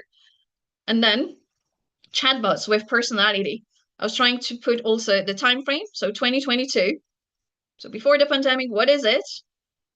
With smiles, okay, less anxiety perhaps. 2022. And again, some guides, how to do things properly, but we are adapting and adjusting. The change is happening, right? And it's gonna take, it depends on the context, really. Maybe a few months, maybe a few years. We'll see the results later on, okay? Someone says in the chat, I feel discomfort when I see robots. Exactly. Does it mean, should we try to tackle that and fight against the discomfort or try to eliminate that? How to address that? Well, luckily, well, I teach with therapeutic techniques anyways, and if someone asks this question in the class, right? This is all about psychology, and we need to know how to navigate this area too. So it's not just about teaching what you teach, how you teach. Do not leave your learners or your other, I don't know, maybe staff members, if you're a leader, manager, they might have those problems there. Not expressed, but I feel discomfort. Let's tackle that. If so, it may grow, and then you'll be like, I don't want to teach that. Or you may feel disconnected, withdrawn, problems, motivation, and so on and so on. Okay, here, a quick one. I'm cautious about the time as well, so double checking, yeah, we're on the good path. Improvise, okay, design a character. Keep your student engaged online, but please let us keep them engaged, okay, without this environment too. So both, we do not have to replace one thing with another, but just merging that. There are always opportunities, and you can let's say if we're talking about storytelling, yeah, during a week, half just maybe self-expression, writing, free story, speeches, and so on. This is what I do. And then at the end of the week, we can again try to build something together. And I'm not staying away from any apps or using AI powered technology, but in moderation. Okay. The question to you, I've shown you my take in 2025. That's November, the end of November. Okay. So do you think the metaverse is the hype or the future of digital life with robots? Okay. And more. I want to leave you with that. Please use the chat. Okay. And I have a few more things to just mention. A great study that's UK, America, this year, February 2025. Metaverse classroom layers and current challenges that we might have. If you say, yeah, I want more integration of AI, metaverse. So all the layers, infrastructure, content, and interaction, personalization, accessibility, collaboration, all about its social aspect, assessment, security, management, and support. There's a lot to it, right? And in that study, we would see teacher training, device compatibility, initial setup costs, technical issues, okay, and software integration. So again, these are the results where teachers found the gaps at the moment. What can we do? Again, let's invite our learners and talk about it. Try, see what works with some activities, pre-test intervention. At the moment, I found this particular study interesting. Thank you so much. Yes, yeah, this is the last slide. What we should probably be doing, but it's not just about education. The closing remark is that the future is going to be digital, whether we like it. Well, we're still human beings, right? But the blockchain technology, Internet of Things, and much, much more. Well, I want to leave that now with you.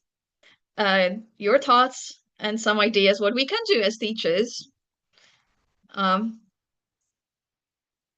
Some links, of course, when you reach out, I'm very happy to share them.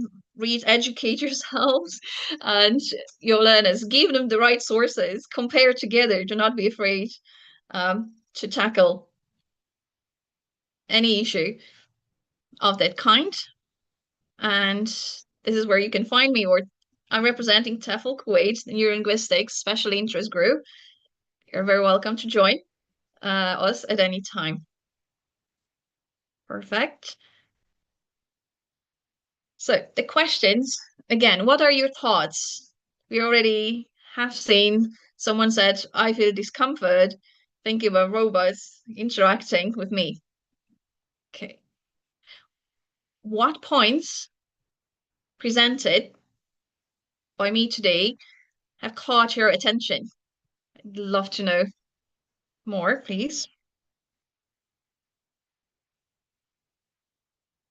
Well, I'm based in Cork, Ireland, so most of the research and the reality of what's happening in my classrooms would be Ireland, the UK, and the surrounding countries. However, I do work in the multicultural context, and every single day there are students from other countries, could be 15 different nationalities in one room. That's why I'm trying to get that message across, and it could be from Americas to Far Asia. Different views. It's so interesting. If you're working in a multicultural context like me, also neurodiversity on board. Part of my day is working with neurodivergent learners too. So I wonder now what questions you might have. Okay, it was fruitful. Thank you so much.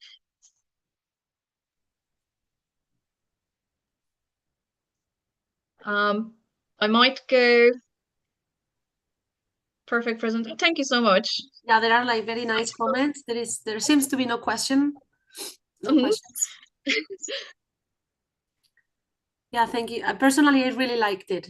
So thank you so much. Thank you. Natalia Thank you. is asking where you are from. I have a mixture kind of in me. So I have dual citizenship, by the way. So a bit of Poland, a bit of Germany, England and Ireland on board. So yeah. And that's why I think that when we travel, when we meet others, it's so important to always cover, the different perspective, different age, and be open-minded. Because, oh, thank you so much. Because it might differ. In one country, you might see things like that. Checking how things are presented, how learners express themselves. Like, I find it especially interesting working with students from Asia in Ireland, so different cultures, and going around like Spain, Italy, Hungary, or the Middle East where we meet. Okay, how do you see the future of English teachers in the middle of all these AI robotic changes? How do I see the future? The future is up to us, in our hands, to be honest. Always. It's like a double-edged sword, and if tackled right, if we put some preventative measures, and I always say, like, when people think there's a problem, I go to therapy, I have to ask someone for help, but sometimes it's too late. It's not too late right now. So I think this is the right moment to think about those changes and not be afraid of that, because ignorance is not a bliss. If you say, no, that'd be fine, or let someone else do that, ask the international community of teachers, educators, we should come all on board. This is my take on the issue. So I think the future is bright, although it's going to be much different to what we've seen so far. What do you think? Embracing the progress, someone says. How to cope with those changes. The time, how to adapt to certain, even the time, progress, change for leaders. Remember, some during the pandemic were very fast to adapt to the online environment and giving sessions online, right? Some still find this as the necessary, inevitable part, not their favorite one. So it's the same. Now, the social interaction is a huge thing. I see opportunities for neurodivergent learners, even some therapies have been tried out if that could work, like reducing anxiety, some kind of depression, or CBT, for example, cognitive behavioral therapy, talks about gradual exposure, which in normal environments now might be too hard, and CBT is not recommended in certain situations, maybe the virtual gradual exposure, but later on, data privacy, or how you put yourself, what kind of information can be shared, who controls the information, right? How it is stored.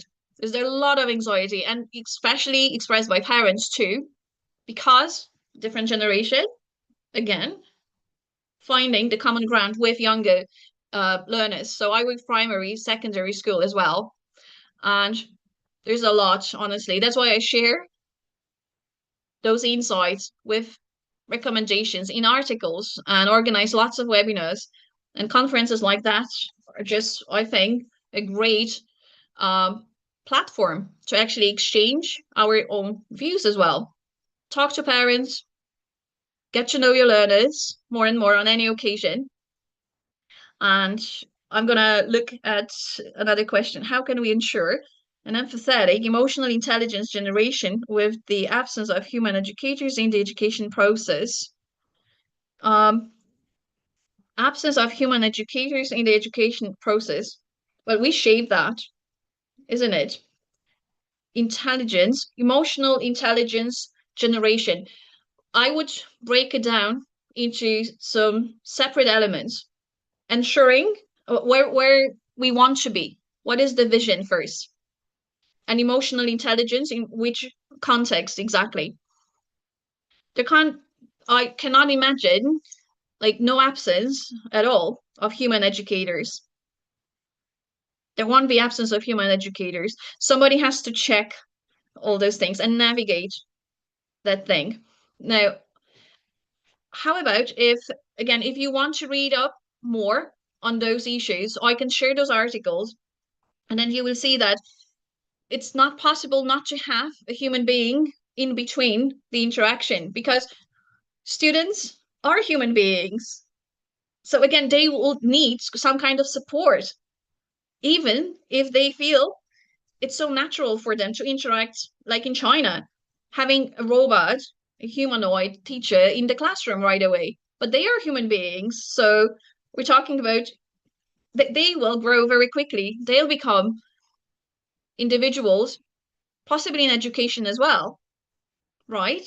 That's a relief indeed. When you read more articles, I'm very happy to share the links, because you will get a clear picture. Exactly. We might have, this is the fear coming. I will lose my job, or I will not be present in all those interactions. They are driven at the end of the day by us. And if we're talking about technology, for me, it's a tool. It's still assistance. It's not replacement. So the human being will be there. Okay. I have a list of other points there. Someone says that's a relief. Indeed, it is a relief. Have some points, meaning, okay, logic, ethics.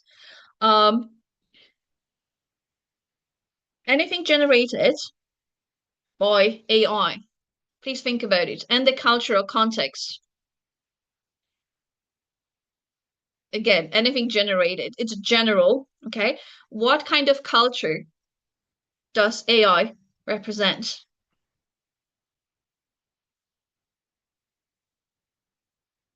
If we have, okay, there is also an issue, because I work with educators who write a lot or translate, and they are afraid that the translations are not exact. Because the real beauty, I mentioned aesthetics today as well. That's another element, an extra one. Okay. For educators who write, read poetry, any kind of literature, what is really considered to be original? Before AI, any piece of text. I'm just throwing it out there, the message about translations too. So coming from your own head, from experiences, or just something shared that has been, because all the AI applications or that technology, we have learned first. We have shared that knowledge, and we have taught AI. Can you think about it? So I think the human brain is still more powerful. AI follows, someone says, global standards. It does not follow a specific culture. Exactly. Is it good or bad? That's my other question. Asking thought-provoking questions at the moment. Is it good or bad? So the human element, again, what has happened in our life? Okay. What about AI teaches hallucinations? To what extent can we trust them? That's another thing. Verifying facts. Actually, while preparing this presentation, I found the same, let's say, topic or the piece of information presented. You know, it could be like out of context, totally, I don't want to say wrong, but a bit of nonsense. So again, do I want to be taught by an AI teacher only? Or is it a chance for me, an opportunity to sit down and talk to another teacher, human being?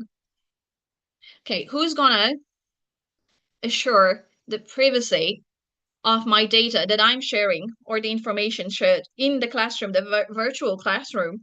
Now, education is one thing, but also products and services on board.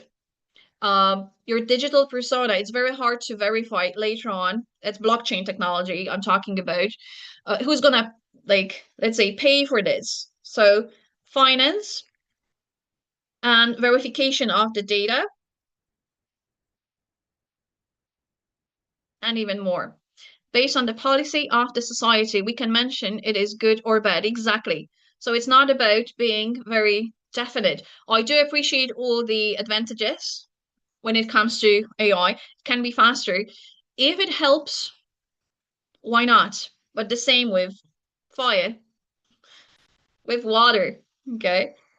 Again. And someone says, yeah, that's a thought-provoking one. And I wanted it to be to get us talking about it, guys, to leave you with that. Okay, if you think, oh my gosh, there's too much going on right now, tackle one by one. Have a workshop with your learners. Let's say how they feel. Number one, I'd say how they feel, okay, about that change, where they are with that. Do they feel vulnerable? Looking at my points right now, yeah, the work-life balance, that's an interesting one. Work-life balance. Some say life-work balance. But the balance between virtual world, being in the immersive environment. When I showed you that article 2017, the first, well, silently maybe expressed perceived threats about how much time should be spent in that virtual environment, interacting, be it Oculus. Now, another thing is there one definite answer? 20 minutes can be too much, 1 hour. Now, another brain rot. How can we increase the awareness and robots? Now, when you look around, the examples of toys for Christmas for students, they bring me. I work with them every single time, especially in the divergent ones. Okay, but they do ask about more connection, and once, twice a week, just try to have no technology lesson at all. Yeah, increasing awareness and reducing AI anxiety can be a good start for students. Yes, and I think we can have this message. First, awareness. Second, trying to minimize, reduce, and find that balance. That is my message to everyone. It's like water, I mentioned, the ocean right now. The ocean is beautiful. We are under the water, but there are sharks as well. Some can swim very well. Some will never get into that water, won't be able to swim. So that's the metaphor for me about virtual environments. Thank you so much.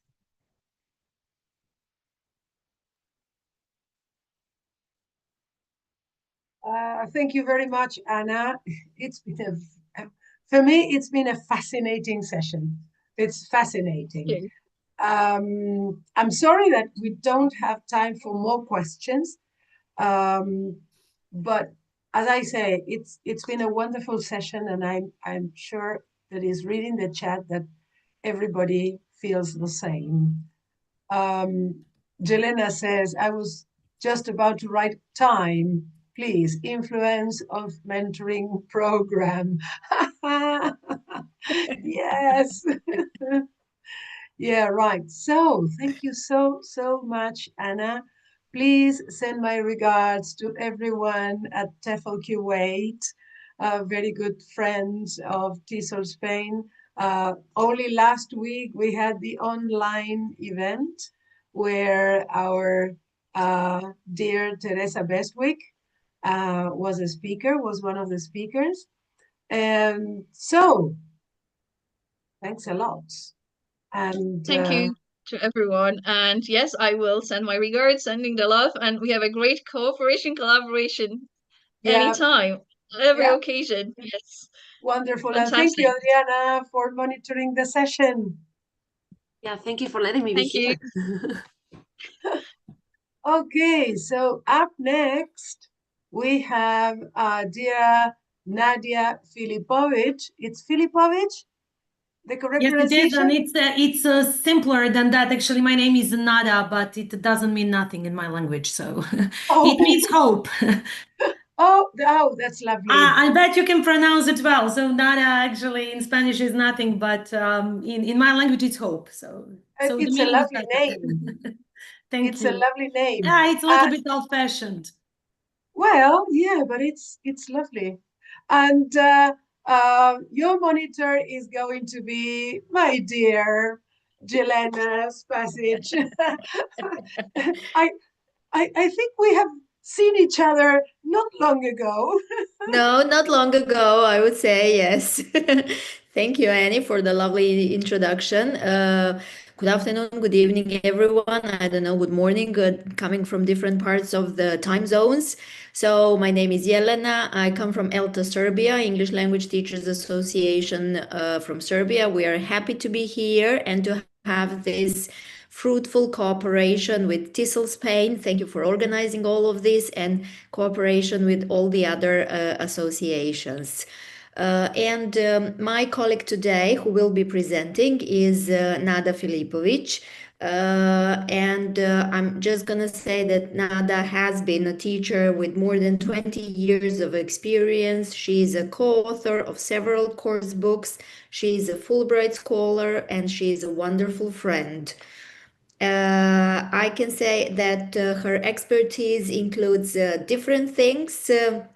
She will be talking today about group work challenges, but she also has given numerous workshops and talks internationally and locally about media, digital literacy, teaching techniques, creative writing, and lots of other things. So today, group work challenges and our colleague Nada. Thank you, Elena, very much for this intro. Can you see my screen? Yes, we can. Yes, okay, so I can start from this. Okay, so as Jelena already mentioned, I'm going to talk about today about group work challenges and how to deal with them. And so I intentionally put Jelena's name because she contributed to my presentation. We are not a group, we are just a pair, but pair can be considered as a small group. Why group work? I think I'm pretty much in line with Sylvia's and Anna's workshop. Sylvia mentioned at the beginning actually that no one is saved alone. And it was, as I remember, the quote from some Netflix series. And Anna was talking about human contact and about her international students, that it's very important to teach them how to work together. And I think that I hit the bullseye with my presentation. So I intentionally want to start with something which is not that scientific. I'm not that much into rap music, but actually this quote that you see, that it is teamwork that makes the dream work, by a rapper J-Rock. Because when we think of a group work, usually as teachers, we just think of methodology and techniques. But actually, our classrooms, whether they are face-to-face or online, they should resemble the real world. And we live in families, we live in neighborhoods, in our communities, and also we work with colleagues, so groups are everywhere. But again, group work is still challenging, and as I know it from my school and from my colleagues, we do not employ it much in classroom. But definitely we work in groups, and we want to be more successful. And if we want to level this up, actually, this is a quote by Dr. Keith Sawyer from his book Group Genius, and this is not paid advertisement. I just came across this book, and actually it's a brilliant and I highly recommend it. Actually, he wrote that the most effective creative process actually happens or alternates, as you can see, between time in groups, so which means collaboration, interaction in your times of solitude. Actually, the best products or the best problem solving, etc., we get when we combine exposure to group work and, of course, if we work individually. And so I just want to briefly remind you why students should work in groups, though I know that most of teachers know this. So it's active participation, or at least we want our students to participate actively, or it should be like that. But definitely it's why groups are designed to include each and everyone. And also we want to strengthen communication and collaboration. And we have heard so far at this conference that these so-called soft skills, or the 21st century skills, are very, very important, that we learn how to communicate both better, of course, especially in the digital world, and how to collaborate. And groups are super cool for this. Also, groups, they should develop critical thinking and problem solving. But I just want to emphasize here that it depends upon our tasks. If we want our students to develop critical thinking and problem solving, we should design tasks that promote that. So it means that it's a combination of our assignment and what the group does. Also, Anna mentioned just a few minutes ago that she has a lot of international students, and actually groups are here to nurture diversity. If you don't have international students, I believe that you have students from different walks of life, different backgrounds. You have boys and girls. You have students of mixed ability, and groups are here to promote diversity, and I really like this word. So, and also groups are about role delegation, which is also very important, and I will shed more light on that later on. And also, I like this very much because groups are here to be social support, as we here as a big group, and I'm very glad that I'm here today at this conference, and this is also social support that I appreciate very much. And the most of all, that why I put it in red, is about increased individual achievement. Actually, there is a proof, and later on in my references, I put it. There was one meta-analysis from 2016 where 168 students were involved, and actually it's scientifically, of course, proven that students who were exposed to group work, contrary to students who were not, that they showed increased individual achievement concerning their grades, tests, and also their critical thinking was better, problem solving, and of course, communication and collaboration. And now I want to ask a question.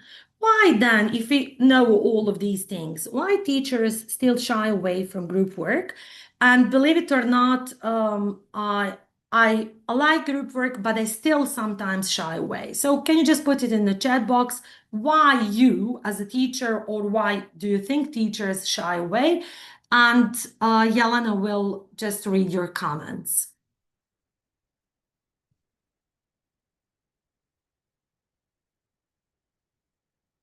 Yelena, please unmute. Okay. Yeah, time constraints, the first one. Mm-hmm. Time.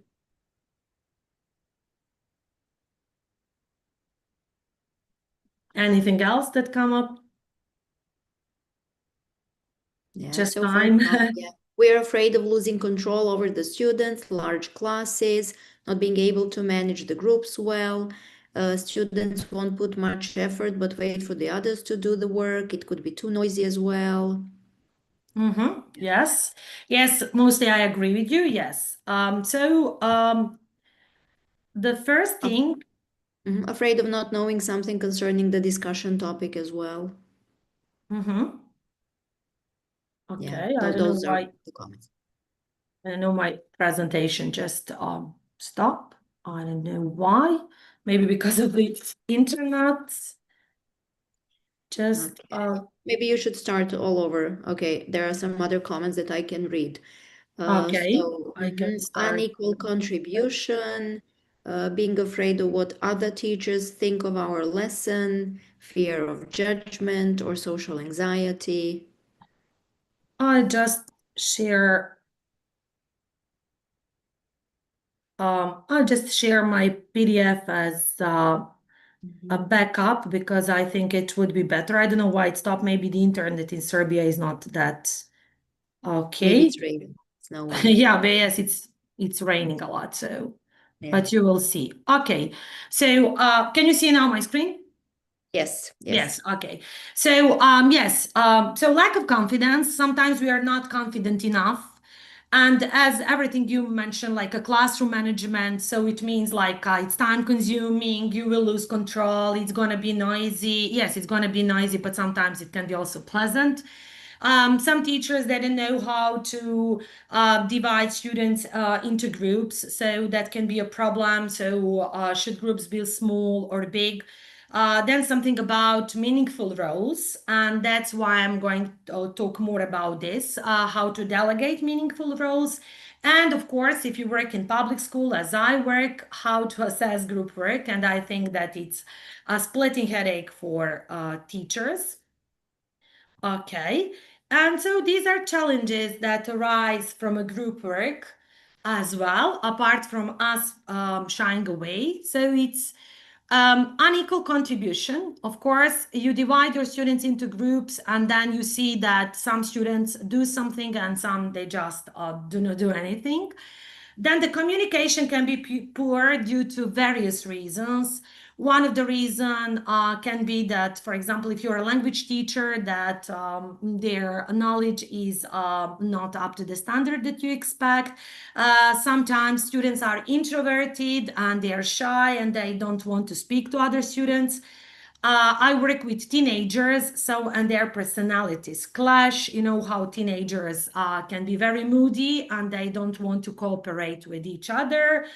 Then, for instance, sometimes they like focus, and sometimes they say, "Okay, it's a group work, so it means we are not going to do anything. We're just gonna sit here." And of course, like missing deadlines, which is, I mean, like a pet hate of so many teachers. For instance, you receive an email at 2:30 a.m. in the morning. Sorry, our group work product was eaten by my dog, or something like that. So we are not going to finish it on time. And of course, you can add as many other challenges, but these are that just came to my mind. And so again, I have a question for you. So do we need to assess group work? So what do you think? Because this is something that teachers, so there is no right and wrong answer. Just what do you think? Because we are very concerned about assessment.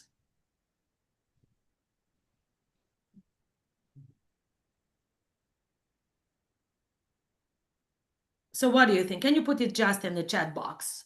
Are you for assessment, or you just say you don't want to do that? So Alison says, I ask students to do group work that is not assessed every day. Okay.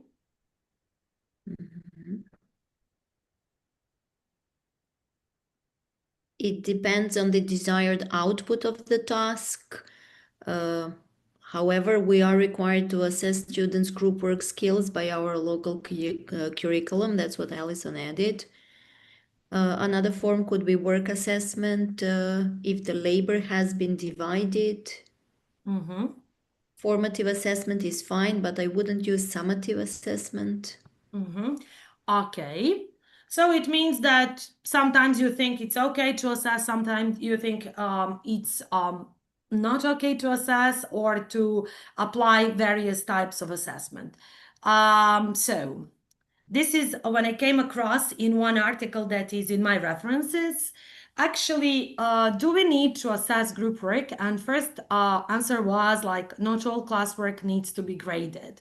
So there are some scholars, believe it or not, teachers, they say that actually they never assess group work. They just want to strengthen this technique in their classrooms, and they just want students to get used to working in groups, and they just use it as a technique and they do not assess it at all.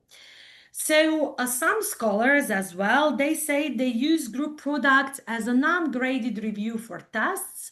For example, when they assign something, so the product is like some sort of a feedback, and then in accordance with that, they design tests or maybe essay writing for final exams or for some testing that is graded. So some sort of the feedback.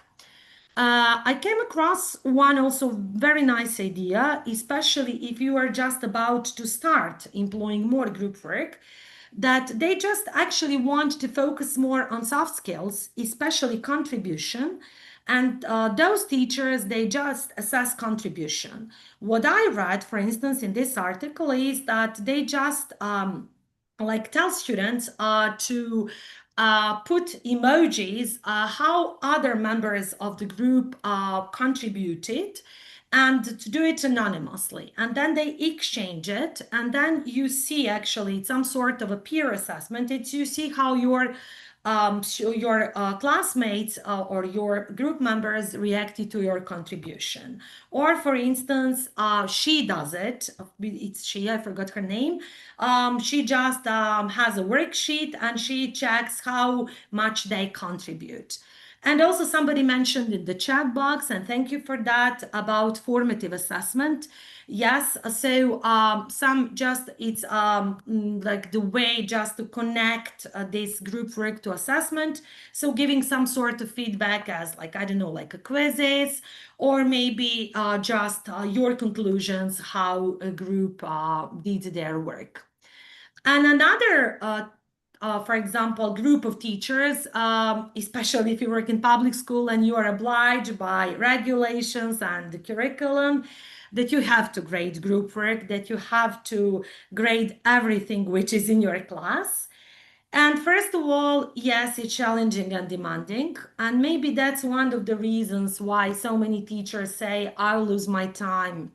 So organizing group work, and then I won't get enough grades or something like that.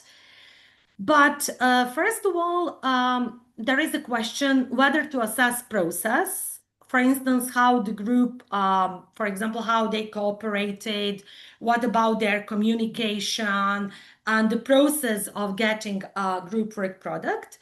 But whether your grade is a combination of a process or the product, or just the process or just the product. But my advice is just try to combine it. And there are several different ways as well.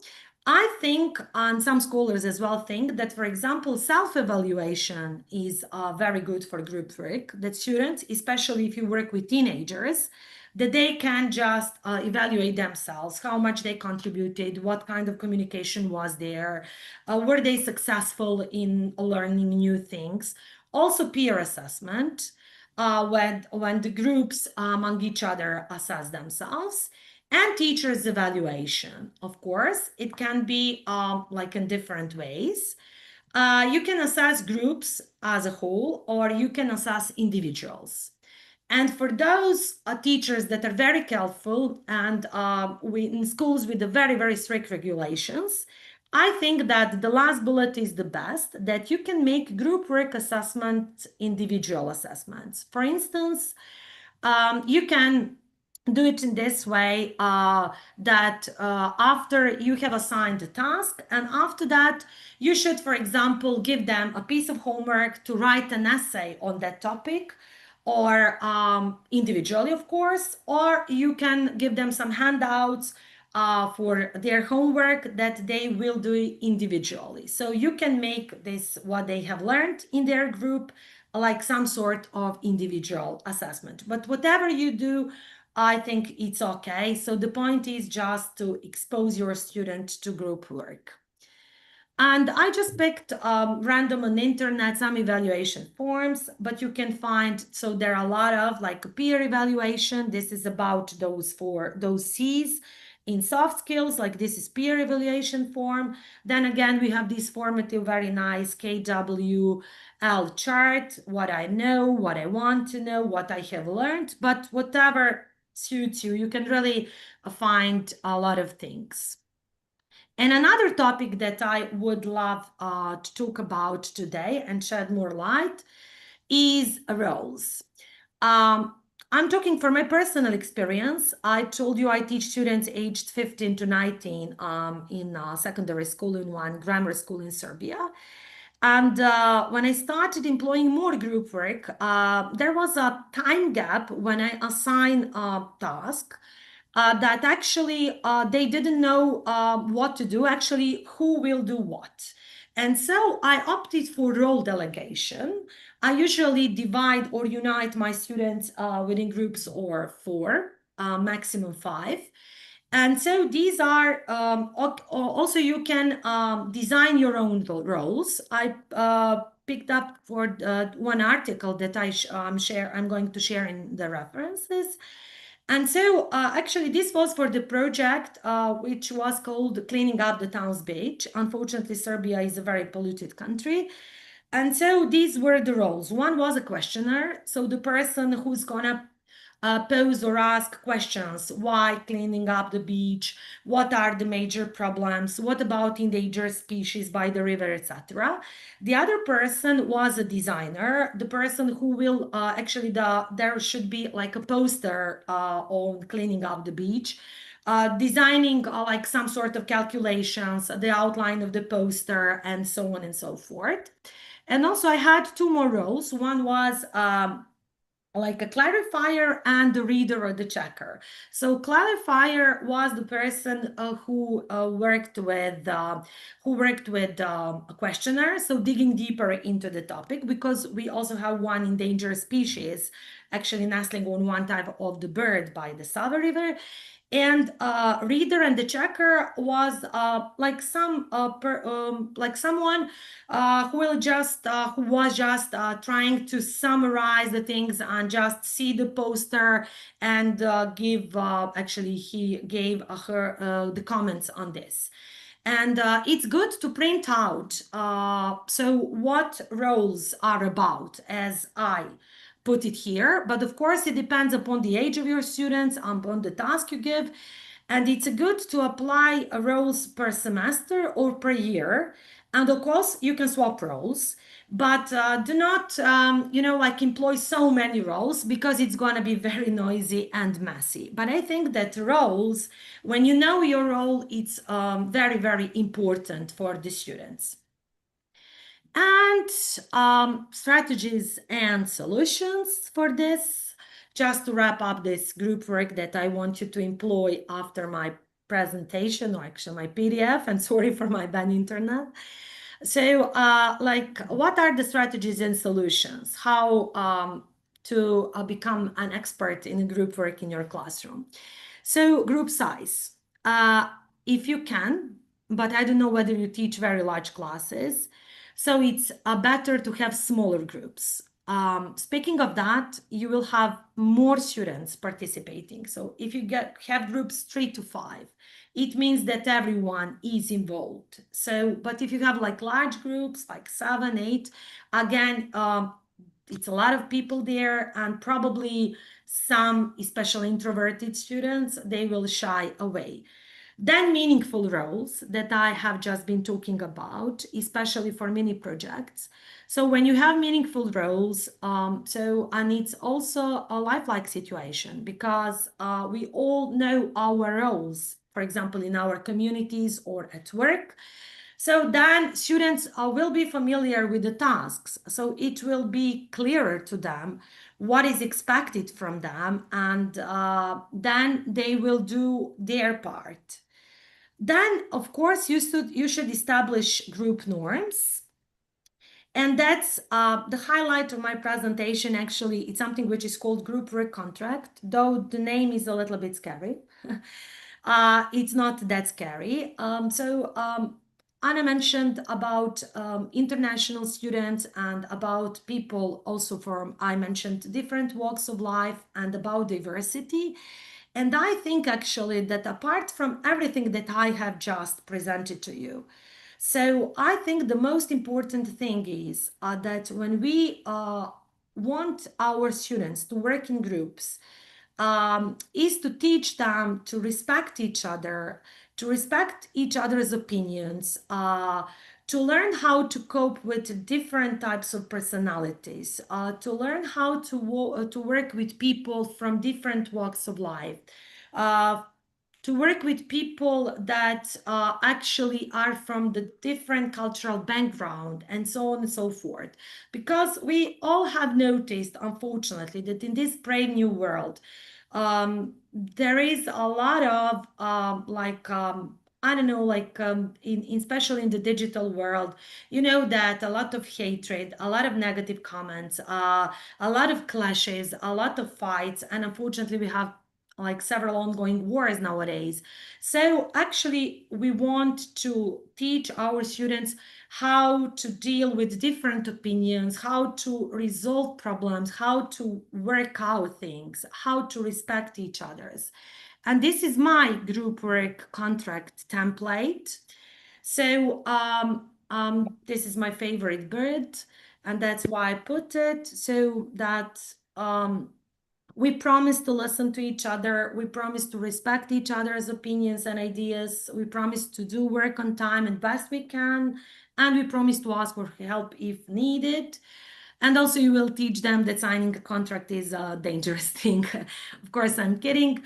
Actually, they should sign it at the beginning. And so when they do that, they feel that group work is something very important, that they are obliged to do things. And also they pay attention what they have signed. And so here are my references, as I told you. And I'm open to things that those are cool.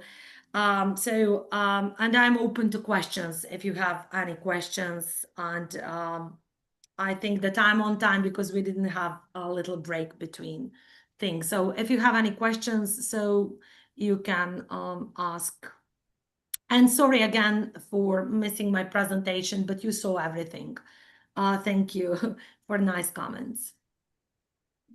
So if you have any questions, just Thank I you, will be glad. Nada. Yes, we do have time for questions.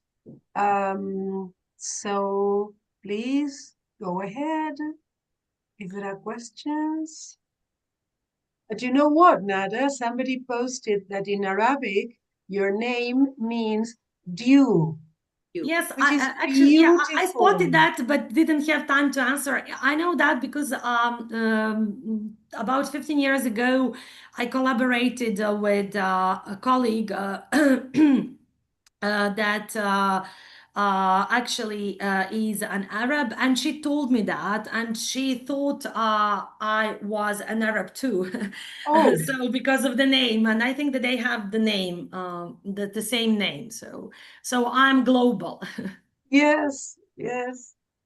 So if you thank you a lot for nice comments. I hope you enjoyed, and I hope that you will employ more group work. And thanks for this group for having me today. And so then you can use your well-deserved break if there are no questions. But I'm here, of course, at the end, and you can put it in the chat box or write either to me or to Jelena, and these are our email addresses. Okay, thank you, Nada. Thank you, Jelena. A wonderful presentation. Thank you. Really, as Valentina says here, exceptionally meaningful presentation and speech, near Nadia. Thank you. Alison says, thank you for these examples of role descriptions. I think this is my area for future work. So I'm you glad are to hear an that. Just go for inspiration. it. By all means, an inspiration. Beatrix says, hello, Beatrix Price. How are you? Excellent. Thank you. Thanks a lot. Useful information. So thank you so much, Nada. Thank you, Jelena, for joining us today. And well, next, we should be having Isor Enriquez from Cuba and Eduardo Garbey, but unfortunately, I have received a message from Eduardo saying that Isor is ill. Apparently, there is a kind of disease that has affected 40% of the population on the island, and she is not well, so she can't be with us today.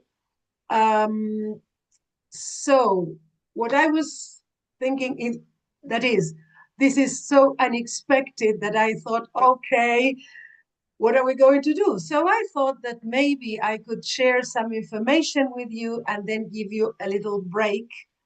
Oh, thank you, Alison. Yes, we all hope that she gets well soon. So I would like to share some information with you. Let me see, here we are. I hope you can see this. Yep. That is, some of you may know that TESOL-SPAIN is going to hold our annual conference in Seville next year. It's going to be from the 13th to the 15th of March at the University Pablo de Olavide, and registration is open. Here, I'm going to ask Adriana to help me. Here we have a QR code, right, Adriana? Adri, are you there? Oh, sorry, I thought I was speaking. Well, I was speaking, but you couldn't hear me. If you cannot scan it, it's just the address of the website that you can see on top. So I will just share it with everybody here on the chat box. Right. The timetable will soon be available. Our team of timetablers is working the whole weekend in order to put together a wonderful program for you. And so if you are interested, if you would like to come to Seville next year in March, we would love to see you. Maybe we have our president online. I don't know if she's working or she's available. There She's she listening. is. Hello. Okay, Mrs. President, tell people about our conference. Okay, well, yes, we're really excited. We've got the table is ready. We've got lots of little bits of paper and we're ready to put them all out and shuffle them around and find what's going to be happening on Friday, the 13th of March, Saturday, the 14th of March, and Sunday, the 15th of March. This morning I went to the university to have a look. It's amazing. It was helped by the fact it was a gorgeous day. So the sun was shining and the sky was very blue. But I had a look at all of the rooms and the Paraninfo, the big room that we're going to be using for the opening ceremonies, the closing ceremony, the plenary sessions, and the keynote sessions, which will be streamed. So if people want to join us from everybody who's with us today, but from all over the world, and you can't actually make it physically to Seville, please do join us online. We have a lower price for the convention sign up if you're going to join us online, but you will have talks in every session. You just won't enjoy the face-to-face, the wine and the cocktail and the meeting everybody, but you'll still And feel the city vibes. of Seville. And the amazing city of Seville Let's as not well. forget. Yes. So it's very exciting. It's going to be a good weekend. I can see that Daniel's photograph there. Hi, Daniel. How are you? A couple of years Yes, ago, we were Daniel in has his joined house. us. It was very kind of him to host us. This time we're in our speaker's house. So she's actually at work at the moment, and I'm sitting here trying to do some work and listen to you at the same time. So I was listening. I was paying attention. Thank you, Rebecca. So, if you would like to learn more, please follow us on social media. Adriana is in charge of social media. She's very active on our social media, LinkedIn, Facebook, Instagram, and I don't know if anything else because she works a lot on our social media. So she will be posting information regularly. Also, you can visit our website And I might show, let me see if, Yeah, and somebody offered to share the information on their social media, so I really appreciate that. oh yes, Hind. She's a good friend, and she's The always ready same. to give a hand. And send us. Well, Annie's always sending me things, events you have, guys. But yeah, feel free to send us anything, and we'll share it too, of course. That's right. We're better So Daniel says, should I mention the journal? Of course. Go for This it. is a good chance of mentioning the journal. You're muted. Thank you very much, Annie, and thank you very much to all the speakers so far. It's been fantastic. I was traveling back from Madrid, so I was only able to join a bit later, but I've enjoyed every minute of it.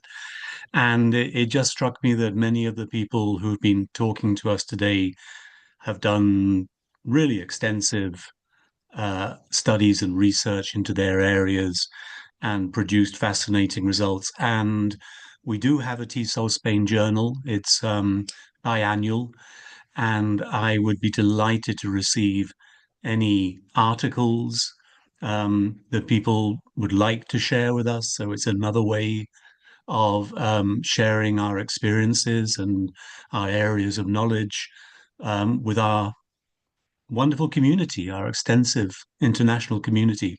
So if anybody here today might think they would like to send something to us or interested in making a submission, you can find the address for the journal on our website. Just go to TESOL-SPAIN website and kind of navigate to the journal, and you'll find an address there. Contact me personally, and I'll be delighted to send you information, general guidelines, but we're keen to receive any kind of work that people are doing.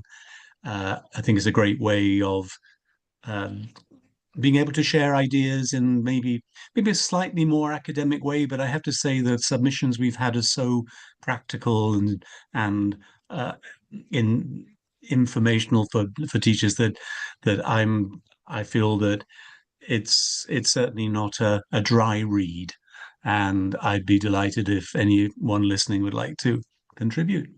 Thank you very much. Thanks for letting me pop in there.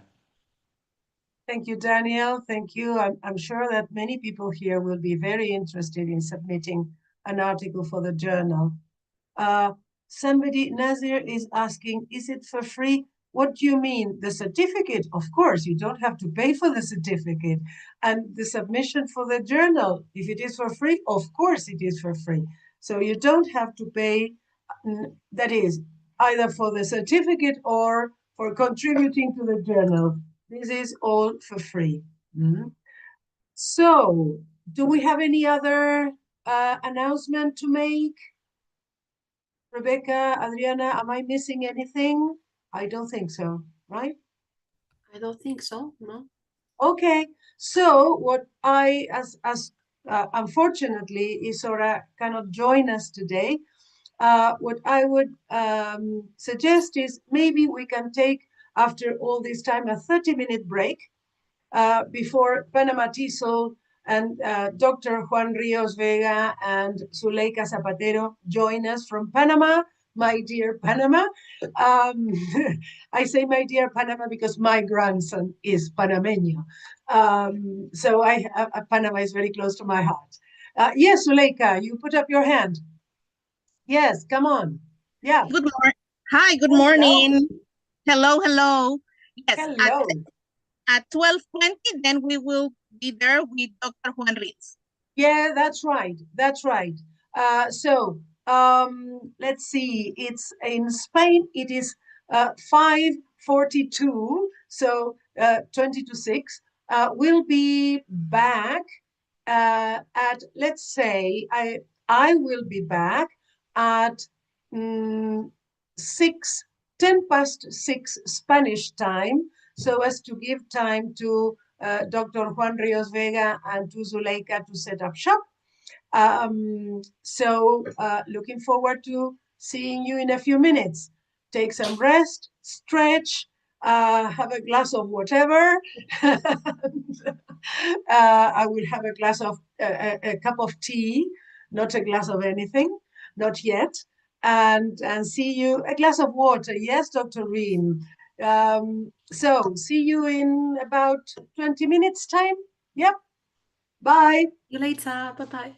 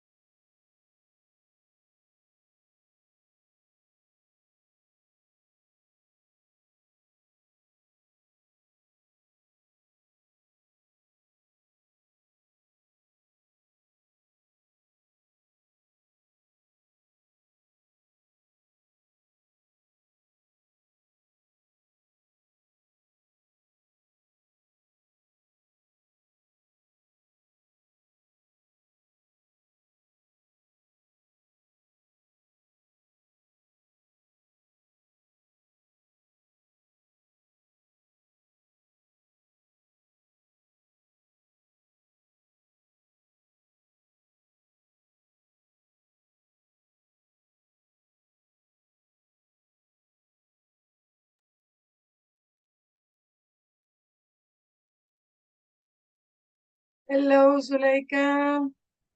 Lovely to see you. Hello, Annie. Thank you. Well, here in Panama, it's 12:09, so good afternoon. Yeah, I know. I usually have problems with the time with my daughter because they call me from Panama and sometimes she doesn't realize and it's 2 o'clock in the morning. Yes, yes. Yes, somebody, Tahere, yes, please. Somebody has put up their hand.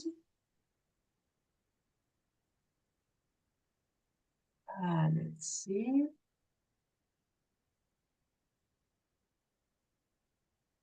Yeah.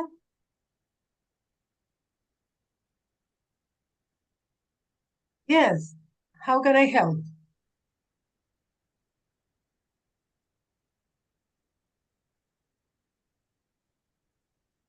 Mhm.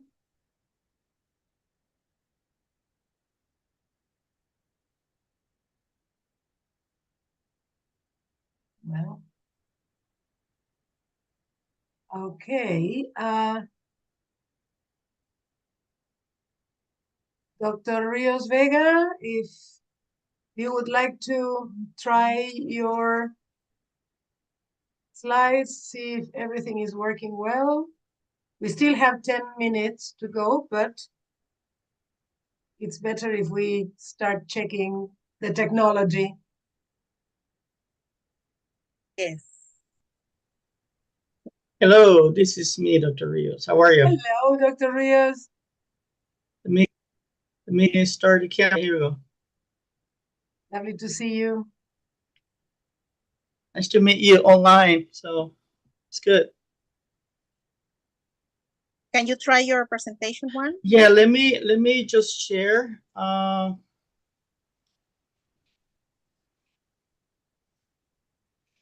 Can you see it? Yes. Yes.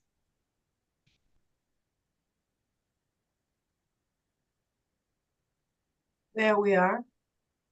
Brilliant. Yeah.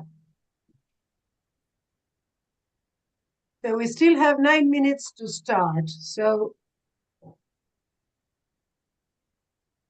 if you want to relax before, or you want to tell us something about what you're doing at Panama TESOL, you're welcome. Well, thank you, Annie. Yes, we are doing activities. I am the past president of Panama TESOL. At this moment, Dr. Ricardo Acosta is the new president. We will have an activity, a gathering activity on Sunday to celebrate, holidays and also share with the community of Panama TESOL. So we will have a lunch. That's a tradition that we used to do. And then start preparing for the next year in January with the Summer Institute, 1 week of online presentations. So we will be posting the information for a call of proposals. So you are more than invited to join and participate as a speaker for this event. And then later in July, we will have our annual convention celebrating 40 years of Panama TESOL. So we have a lot of work to do. Also, we publish our first, well, not the first. We used to have in the past a newsletter, but now we restart again. And Dr. Rios was the person in charge of the newsletter. So we plan to continue with more volumes of this journal. I don't know if also Dr. Rios would like to add something about the journal. You mean the newsletter, right? The newsletter, yes. Yes, the journal is coming. So that was a top secret to yeah, very excited to retake the newsletter. Like Zuleika mentioned, we used to have it in the past, but then we had a recess for a couple of years, and then we decided to retake that initiative because we have members all over the country and internationally too. So we thought it was a good way to keep our archives in a document. So Very excited about this new adventure as an editor for the newsletter. And there's a section in the newsletter where we showcase teachers and their students' projects. So other teachers, like I said, not only in Panama, but internationally, can have access to get to know what other teachers do in the ESL or EFL classroom in Panama, right? But it's open to all members, I guess. As long as you're a member of Panama TESOL, you can submit some of the good news about what you do with your students in the classroom. So very excited, very excited. More projects are coming, but I would just leave it there. Wow, wonderful. Please share the information with us, share everything you wish with us, because we will share on our social media. We will also share on our website. We have a section in the website where we share the links to our sister organizations, newsletters, and publications, let's say, that are not strictly for members, that are open to the public. So please make sure you send us there. Adriana is sharing the upcoming events. We have a tab there on our website for the upcoming events. So please send us the information, and we will be really happy to share everything that you do. Thank you. I have a question here. We'd like to have a presentation for TESOL-SPAIN. Oh, 2026 conference, it's not possible now because the call for papers closed on the 15th of October. And this weekend, as our president mentioned, they are preparing the timetable and the acceptance letters are out. So we cannot take in more proposals, unfortunately. However, the call for papers for 2027, which is our 50th anniversary, will open in the first week of June and close on the 15th of October. So keep an eye on our social media. Adriana is going to be posting about that all the time. So make sure that if you missed this one, you don't miss the next one, because it's our 50th anniversary and it will be a very special conference. Is that an in-person conference? Yes, it's an in-person conference just like this one. However, we have an online option. We are going to stream the plenaries, the 3 plenaries we are having in Seville, and we are streaming the keynotes. So, but it is an in-person. It is that is for speakers. It is an in-person conference. Yes. Right. What city? Now it's in Seville, but can I say it, Rebecca? I know you're there. Can I say where it's going to be? They were asking me about that, but I kept the secret. They were asking me. I don't know. about Maybe it's still a secret. It's a big secret. It's a big secret. Okay, it's still a secret. It's still a secret. Perfect. All right. So we are about to start. So please, Suleika, I would love it if you could introduce our next speaker, Dr. Juan Rios Vega. Thank you. Thank you. Well, good afternoon, everyone. Panama TESOL is so happy and excited to be here and participate of the 5th International TESOL Conference. Today, Dr. Juan Rios Vega is going to present the presentation using storytelling to enhance content and language. In this session, the audience will learn how drawing from students' prior knowledge and lived experiences can serve as a springboard for language development. Dr. Rios Vega is an associate professor in the education department at Bradley University in Peoria. So Dr. Rios, welcome.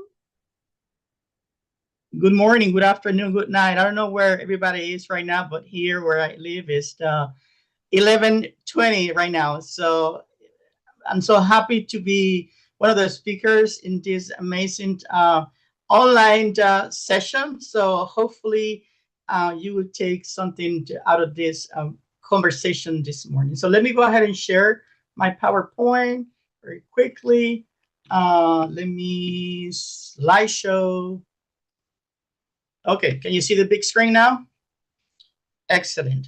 So like Zuleika mentioned, my name is Juan Rios Vega. I go by Dr. Rios Vega at my institution. I'm an associate professor in the education department at Bradley University in Peoria, Illinois, in the Midwest of the US. So happy to be here, and let's see what I have here for you this morning. So first and foremost, I want to share a little bit more about myself because I think it's important to share with you where I'm coming from with this presentation this morning.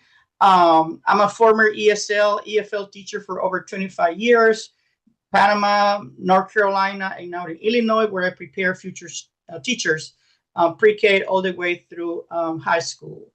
My areas of research are critical race and Lat-Crate theory.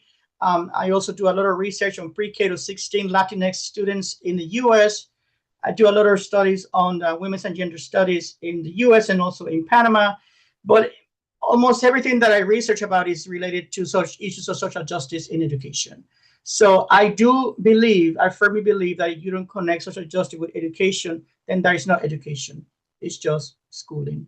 So along those lines, as a critical race and Latinx scholar, is that I come here to present some of the things that I do with my students now, pre-service student teachers in my institution. So something that aligns with teaching students, especially students of color within the US, is the use of cultural responsive pedagogy that I'm very, very passionate about.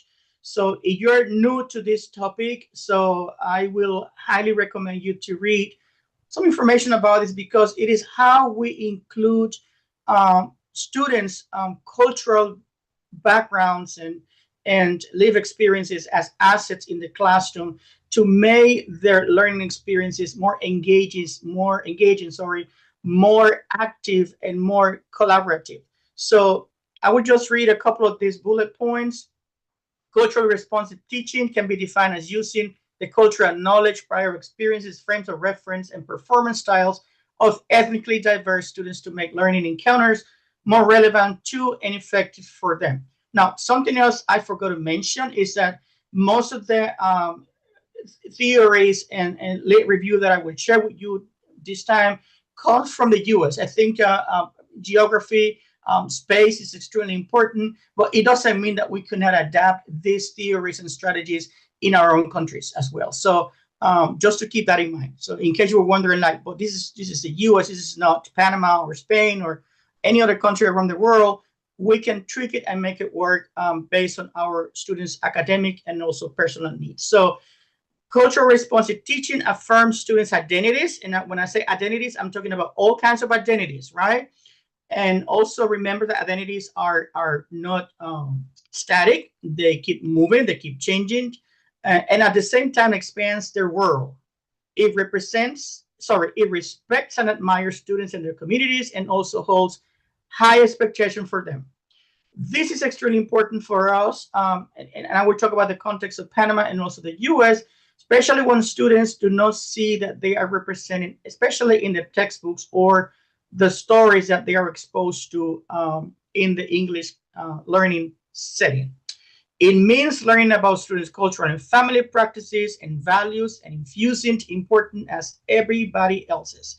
And I also want to mention that this approach, cultural responsive pedagogy, not only supports or benefits students who are ethnically diverse, but also mainstream students because they get to know about other people's cultures and ways of lives. So having this cultural this background information is that I come this morning to share with you about storytelling. So what is storytelling? Definition: the art of bringing a story to life through the inflection of one's voice, rhythm, facial expression, and hand movements. Now, in my experience as a Latino, as a Hispanic, as a Latinx, the way you want to call it, the use of storytelling is embedded in our cultures.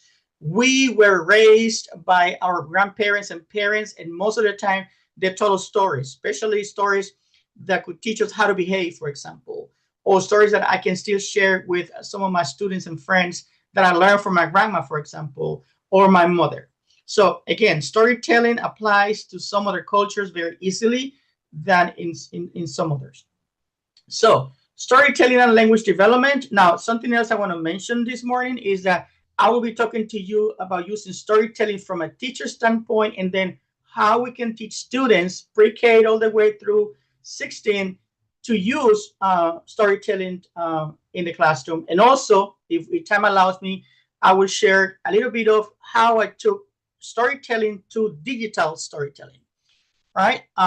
Storytelling has been employed by human cultures not only as entertainment, but also as a means of educating the young, preserving history, and transmitting cultural values and beliefs. Like I mentioned, all the stories that I learned from my grandma. And again, when students hear and see stories, they are exposed to a wide variety of vocabulary and structures. And I added here this concept of mirror book and window books. If you're not familiar with this, mirror books are books or literature where students from non-mainstream communities can see themselves represented.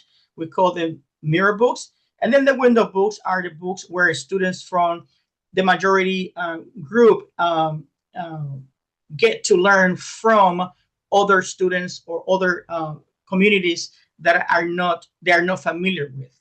So it is an excellent concept. If you're new to this one, I would highly recommend you to do kind of like a Google search, mirror book and window books. So storytelling as a narrative assessment, the ability to develop storytelling structures is a critical component for new language acquisition for several reasons. It is an essential skill for literacy because it talks about sequencing. It goes beyond associating sounds with symbols, letters, and decoding words out of context, because there is usually a plot, a beginning, a middle, and an end. An underlying knowledge of narrative forms and structures helps students better understand both written passages and oral presented material. Now, this section here is from a teacher standpoint, the importance of teaching students through storytelling, right? This knowledge enables the reader to skim text through essential content, as well as comprehend narrative formats used to inform or persuade. Now, this is very important, especially for the little ones, when they get to learn that those sounds that he or she or they listen to also have a written format. We had this situation where I live that we have kids whose first language is Spanish. And when they come to the schools in the area, especially elementary school, they are taught literacy skills in their heritage language. Why? Because they already know how to listen and to speak, in this case in Spanish. But then when they come to school, we enforce more of a written writing and reading that heritage language in order to access the new language, which in this case is English. So how do you deliver storytelling? Well, it takes practice, characterization, vocal exaggeration. We teachers are good at these things. Our facial expressions, and sometimes we dramatize emotions and suspense. And once upon a time in a little town, there was this little girl, and so on, so on, so on. So we are teachers, we make it work. So some storytellers add musical or work in conjunction with a traveling minstrel. Sometimes you play background music to make this more like engaging, or students become curious about the story. Stories can be told standing or sitting in front of the class with a dramatic flair using props. And I will show you some pictures later on about props or costumes, or in a tight circle with the class drawn closely together. This works perfectly with the little ones. I had an experience last week reading one of my storybooks to some kindergartners, and it was interesting to see their faces when you kind of like dramatize a story and change your voice volume and all that stuff, so they get curious, and it's a good way to assess their reading comprehension. Visual skills such as reduced lighting, a spotlight, or special staging can heighten the mood. Oh, let me see here. So children absorb meaning by investing their attention and interest in the plot and characters of the story.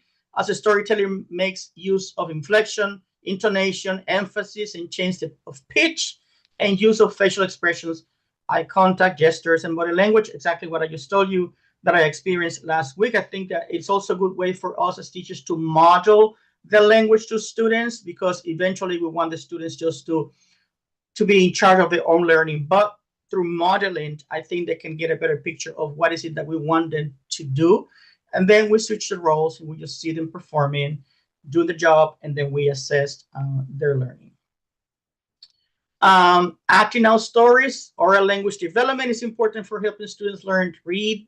Reading is also an essential means for developing oral language, which is something that we need to address a lot in the schools where I teach student teachers, that kids will be able to listen and to speak the new language. However, most of the time their reading and writing skills are still below. So we need to expose kids to reading, because reading is also connected to writing. And the more they read, the more they can write. And of course, the listening speaking components can be also improved. Students learn many new words, grammatical forms, and language structures from reading. There's no doubt about it. Acting out stories is a great way for students to internalize new language, learn from reading by incorporating it into the oral performance. Also, students can practice their storytelling with their peers. They can plan it together using cooperative learning. They can create their own props, which is beautiful, because something as simple as creating their own props allow us as teachers to kind of like scaffold them, monitor them, but also assess their new learning. And also it allows them to get ready for their performance.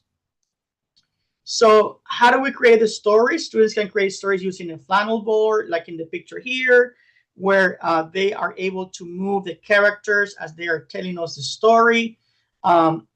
They can use a magnet board. I have one of those in my classes, where students can provide even shy storytellers with props that help them move the story forward. Now, with the use of technology, and you will see an example in a minute, even shy students can do this on their own, and they can just submit it to the whole class for assessment. When I was a teacher in high school, I had some very shy students, and by that time we used a lot of laptops.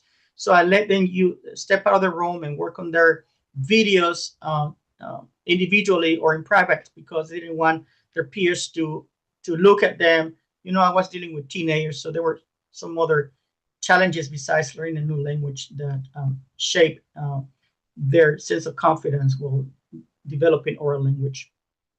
Strip stories are fun activities in which each student is in order acts a line to a story based on an intriguing picture or photo.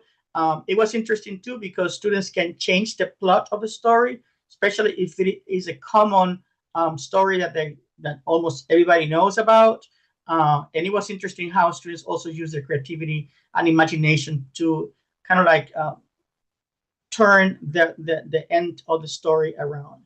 Use of story theater. A narrator or students who have strong reading skills read the story aloud, while others in the group perform the actions of characters or objects. And we talk about the use of fables that are very famous and has been translated in so many languages. So it's also an ideal one. They can retell the story using their own voices. They can use props. They can use costumes. They can use they can change the plot to make it more of their own story.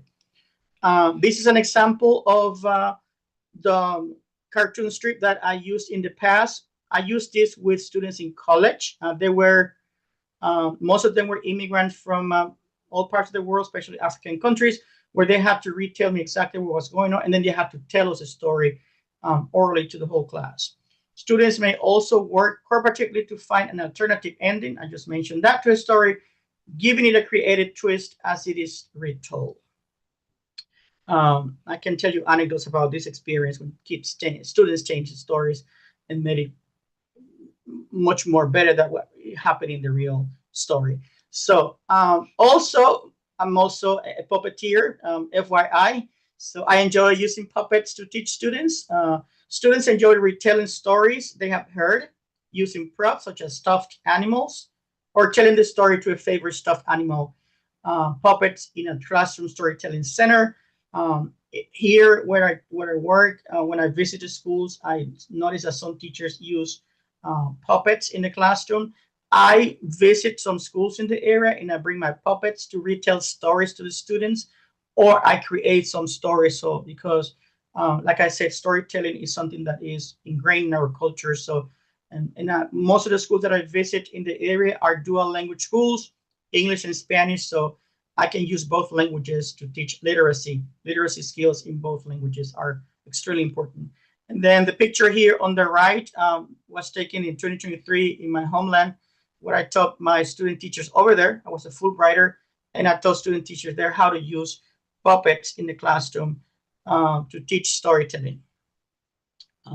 I can talk more about in details later on if we have time. And then now I want to switch here to how we can use storytelling with the students. And the first part was, teachers doing the storytelling. Now I will include a little bit more about how students can use this. And also my first part, I focus on stories that were already written, picture books that were already written, fables that were already written. But this time is how we can encourage the students to write their own stories, which is extremely important, right? Family stories might provide anecdotes for retelling, things that happen in the family, a joke, a new member of the family, a birthday party, etc., etc. Students may prompt stories from their relatives using openers like, tell me about a special holiday as a child. Personal experiences are often best told in small groups. Students may enjoy sharing this unrehearsed anecdotes, which is good because you they improvise stories. And also modeling. Modeling is important. The teacher's personal stories are also part of the class. So teachers, share your experiences as well, your personal anecdotes, your testimonials with students, because we are constantly modeling what is it that we want our students to do. So based on our expectations, etc., etc. So like I mentioned earlier, sometimes alternative endings. Multilingual learners with more advanced levels of English proficiency can create alternative endings in small groups or individually. I did that in a high school.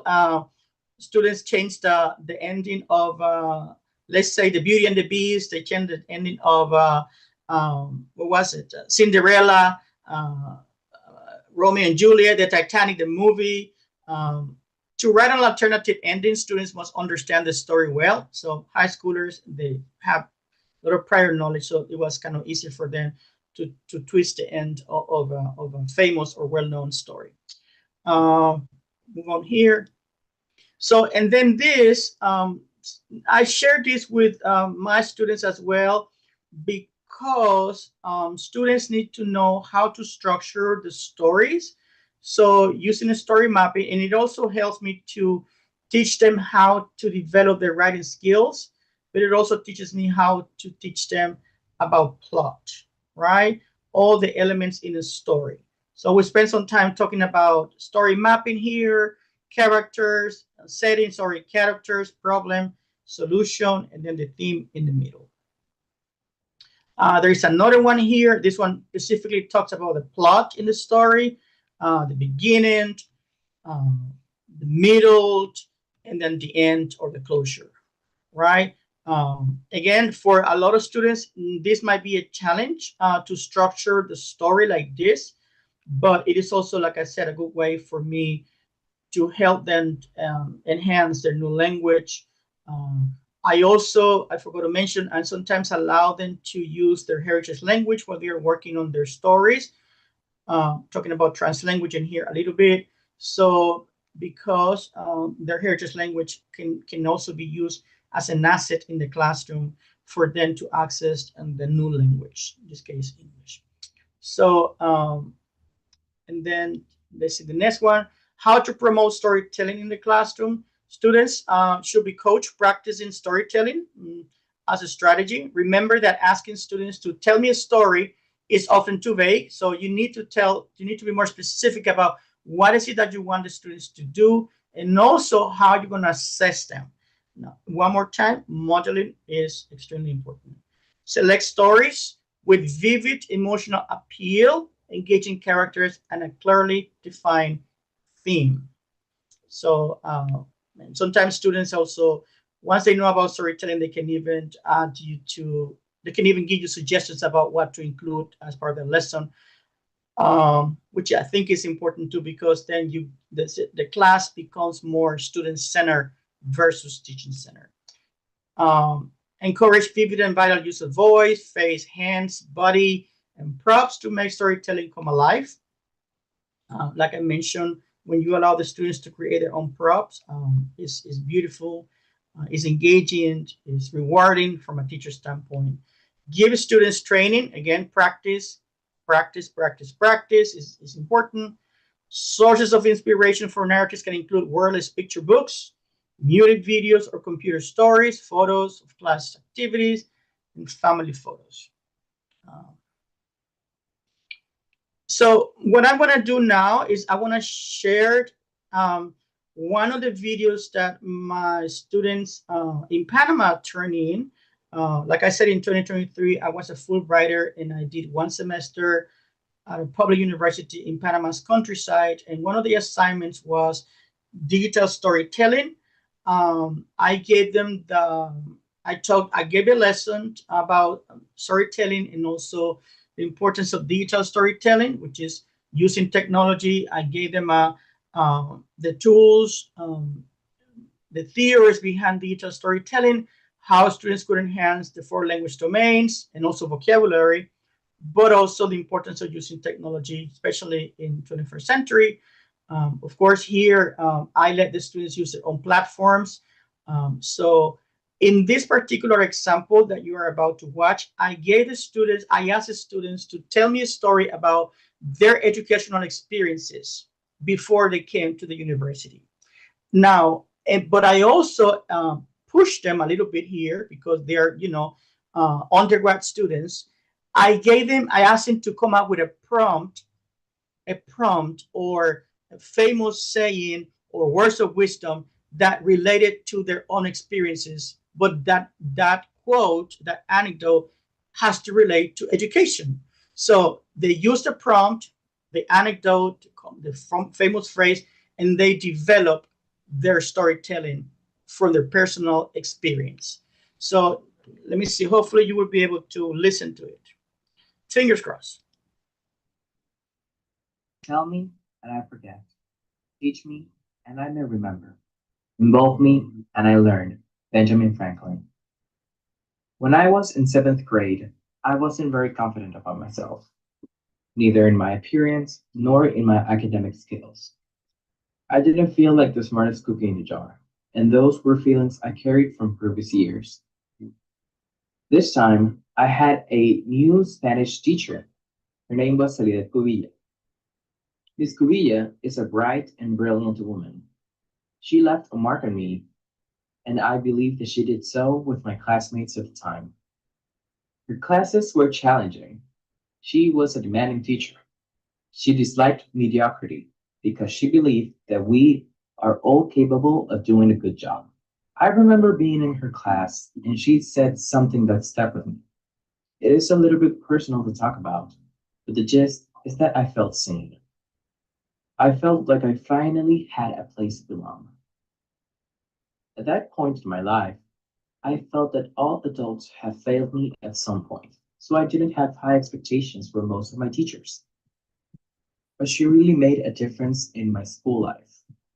When I thought I wasn't capable of doing things, she saw that spark in me, and she went right there to give me the little push that I needed to begin. She saw me for who I was and exploited my talents. She believed in me more than I did in myself. I felt safe in her class. I felt seen. She was the teacher that pushed me to try new things.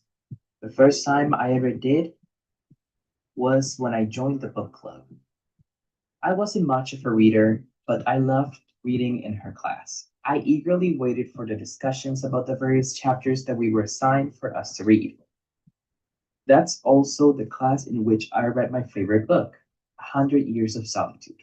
The topics of the books were diverse and involved cultural aspects pertaining to our Panamanian context. I will never forget those classes.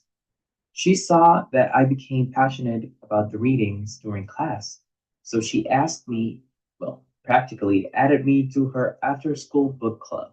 We discussed various books and themes. She created a space for me and other students to express ourselves and our ideas. I slowly began to become more comfortable and confident in myself.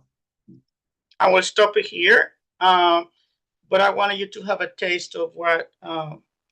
Knowing that I was allowed to hold speak on. my thoughts out loud.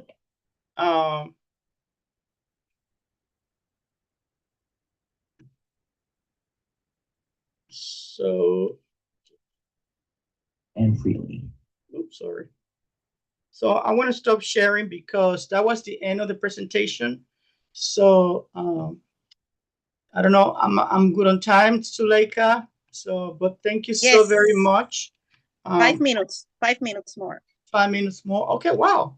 I'm sorry, it was very fast, but I always speak more than I'm supposed to when I give presentations. So, but I think this time it wasn't the case. So I'm proud of myself. No, it was wonderful because we have time for questions. Great. Two people have put up their hands. Nada, yeah, please. So Juan, thank you for this wonderful presentation. I truly enjoyed because I'm very interested into creativity, and I think that we are all made up of stories. So, so this is my forte as well. I'm just wondering, have you ever tried, because I did a talk on group work, have you ever tried with your students to do any stories collaboratively? Because I'm next time that I want to assign is as a part of group work for my students to create a detective story with a lot of character development and some interesting plot, but I want them to do it collaboratively. So do you have any personal experience in collaboration with creating stories? So, and if you just can share this if you have, thank you. Yes, and thank you so much for asking that question and for being interested about my experiences. I sometimes talk about in other spaces about using book clubs in the classroom. And very quickly, one semester when I was a high school teacher, I taught readers theater. After we read this particular book called Jessie, that relates to my students' lives too, because the books I taught most of my students were immigrant kids from Spanish-speaking countries, especially Mexico. So I introduced, number one, I used a mirror book, a book that related to their cultural backgrounds within the U.S. And then I taught them, we had a book club, then I taught them Readers Theater. And once they created the script, one student said, like, why don't we turn this into a movie? And then I said, you know what, let's go ahead and do it. So they became the owners of their own learning. My role switched 100%. I was just monitoring them, making sure they were doing okay. And they used the school cafeteria mainly in my classroom and the backyard to make their own movies from a book that they read. So yes, it takes longer. I had to be honest, it takes longer. It takes more scaffolding. Also given some guidelines of, yes, you're having fun, but we need to turn in a project at the end, right? So yes, it's time consuming, but it's doable and it's beautiful once they're finished. We have a question here in the chat box. Alison says, you did a great job. This was really useful for a collaborative teaching process that I'm going to undertake next term. I'm wondering if you have any suggestions about helping children to work together to document stories using technology in K1. Do you have some preferred templates or tools? Something that I used in the past with my students, and now when I talk about the little ones, because I had to be honest, I never taught little kids. I always taught middle school all the way through college. However, now as in my position as a professor, most of my students are going to be pre-K to sixth grade teacher. So I have to learn. One thing I can tell you to do is poetry.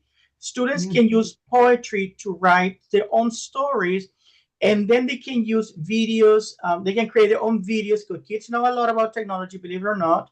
They are born with a new chip that we were not born with, those who are as young as I am. But poetry, there is a poem that I used and that I love a lot, which is called I Am From. And then you give them a prompt. Let's say mother, and then they can talk about their mothers. I am from the best woman in the world, the one who teaches me how to read, the one who takes me to school, the one who always take me to the park, etc., etc.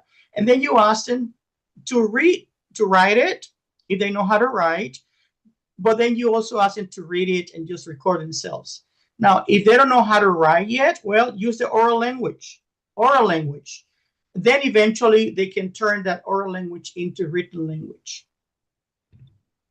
I'm afraid we don't have much time left because, well, we have a few minutes because the next speaker is starting at 7 o'clock. So we have a little bit of more time for a couple more questions. Adam asks, can storytelling be effectively used in grade 12 curriculum materials? Yes, absolutely. And actually, storytelling can also be used in content areas, not only personal stories. They can also use and let's say, talk about history, about science. Or they can become a scientist who tells us about how to solve a problem or something. A historian, they can internalize a historical character. So absolutely. Vivian says, thank you for the insightful presentation. My question is, how can storytelling be adapted for multilingual or mixed proficiency classrooms? That's a good question. One thing is that you can also, for students who, let's say you have two, three students who speak French, and then the rest speak, let's say, Spanish. You can pair the students who speak the same heritage language to perform, to do the storytelling.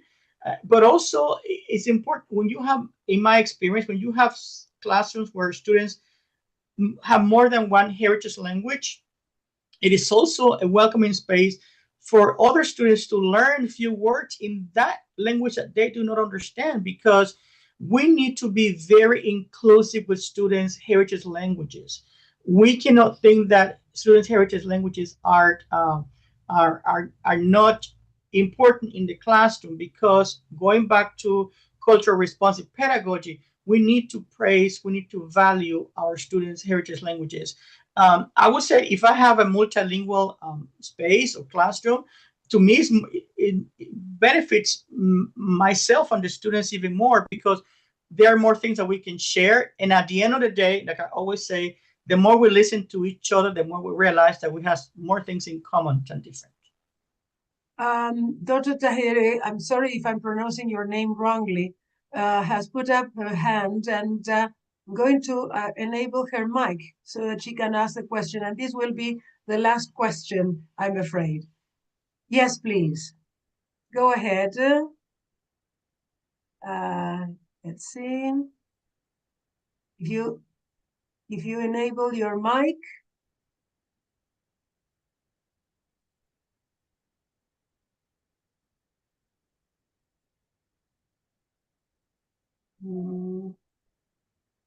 Well, apparently she can't. Well, so thank you very much, Dr. Rio Vega.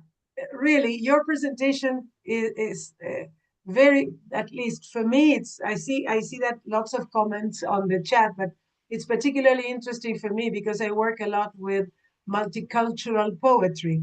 Yes. And enabling students to use their heritage language and bring their heritage culture to the classroom. So I think that's really very important for inclusion and also for culturally enriching classrooms. So thank you so much for these wonderful presentations. Thank you, Zuleika. As usual, it's a pleasure to see you. Thank you so much for accepting our invitation. And well, I hope you continue enjoying the online conference. Thank you for the invitation. And thank you, Dr. Juan Rios, for representing Panama TESOL. And then, yes, let's continue with the next session. Okay, so our next session is with Dr. Caceres from TESOL, Morocco. I don't know if Dr. Caceres is here. Well, not yet. It's early anyway. So we have 6 minutes to go. I will, let's see, there are comments. Yes, thank yous. Oh, Dr. Mansu Ali Darasi, lovely to see you. Okay, so let's see.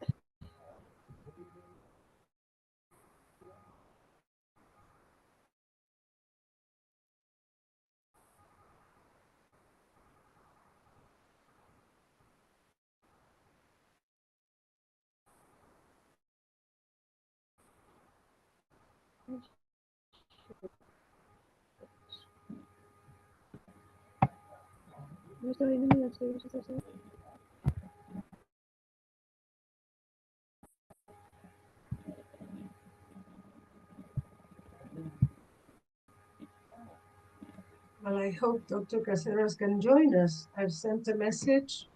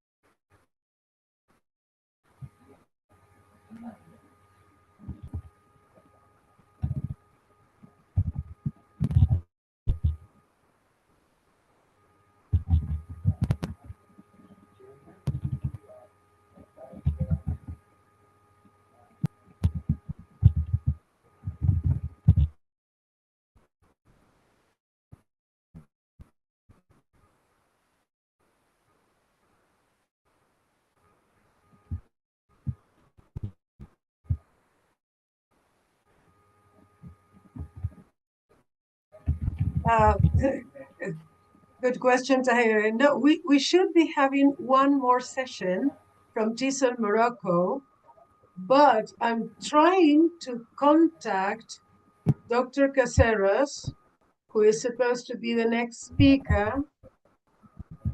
I've sent a WhatsApp message, but so far I haven't got a reply. So let's allow for 5 minutes. And well, unfortunately, if he doesn't turn up, we can call it a day for today. It's a pity.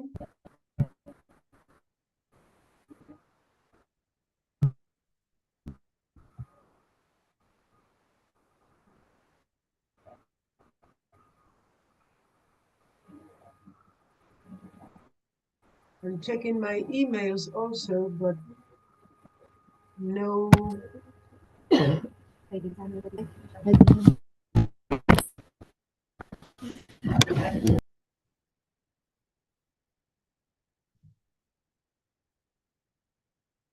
Well, let's, I suggest we wait until 5 past. If by 5 past he's not here, unfortunately, we will have to call it a day for today.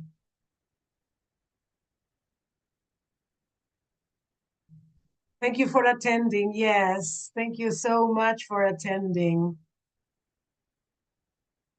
Oh, thank you, Dr. Mansour.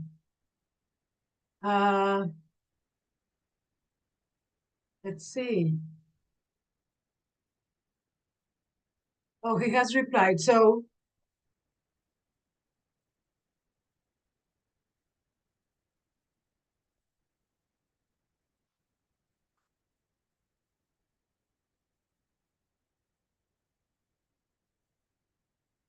it's not the first time that we have problems. All of us have problems mixing up time zones. Thank you for attending, Valentina.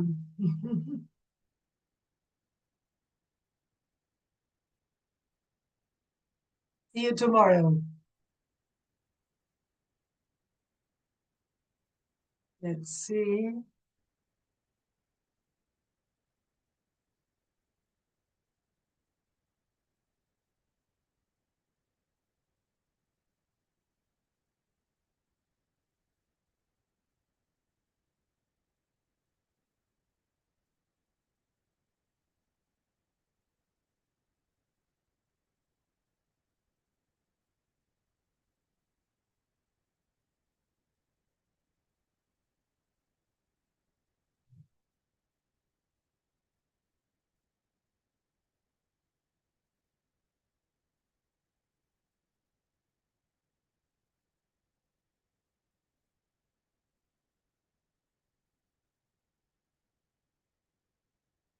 Adam, they will be available on our YouTube channel, on TESOL-SPAIN's YouTube channel after the event.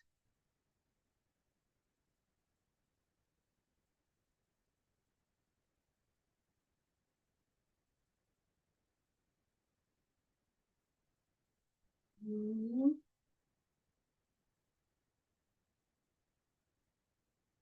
going to send him the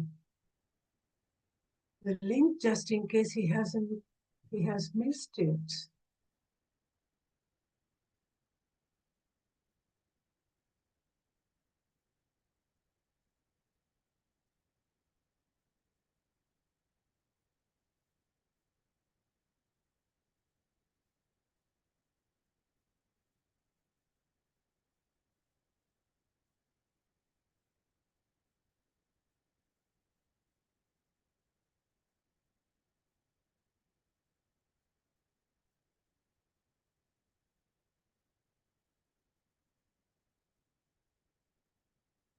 Let's see. Okay, he's asking for 1 second. So bear with us, please. Trying to go in. Okay.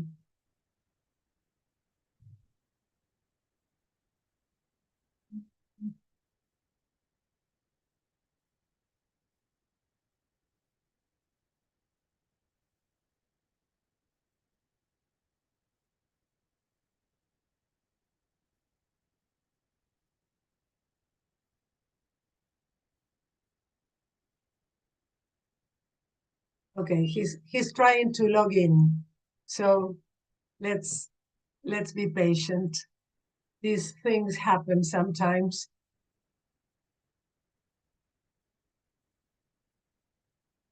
Especially when we are desperately trying to connect and technology starts playing tricks. It wouldn't be the Meantime, we first can time. go grab coffee. Yeah, go last grab a chance. coffee. I Toilet still have some break. tea here, cold tea by this time of It's day. funny because I always say coffee, but I actually hate coffee. Oh. But I always say let's have coffee, but I never have it. It says waiting 1 second feels short unless you're hungry. Then it's a lifetime. Yes, Dr. Reem. That's so true. Yes. Or you need to go to the toilet. That's also. Okay, yes, you take advantage of this waiting time. 1 second if you need to go to the toilet is a lot as well. Yes. In between classes. Yes, I think that we always say, let's go have a coffee because everybody has coffee, or we assume that it's the typical thing to say. I think in don't Spain, drink yeah, coffee. it's the same as half vermouth. Like, Yeah. I don't, it's like we say it's just a normal thing. Yeah. Yes, it's vermouth time, even if you don't drink alcohol or you don't drink vermouth. Like it's my case. Yeah, that's right. And for example, in my case, I used to drink a lot of coffee, not anymore. Rob, hi, hello, Rob. Vermouth for me, yeah, I bet.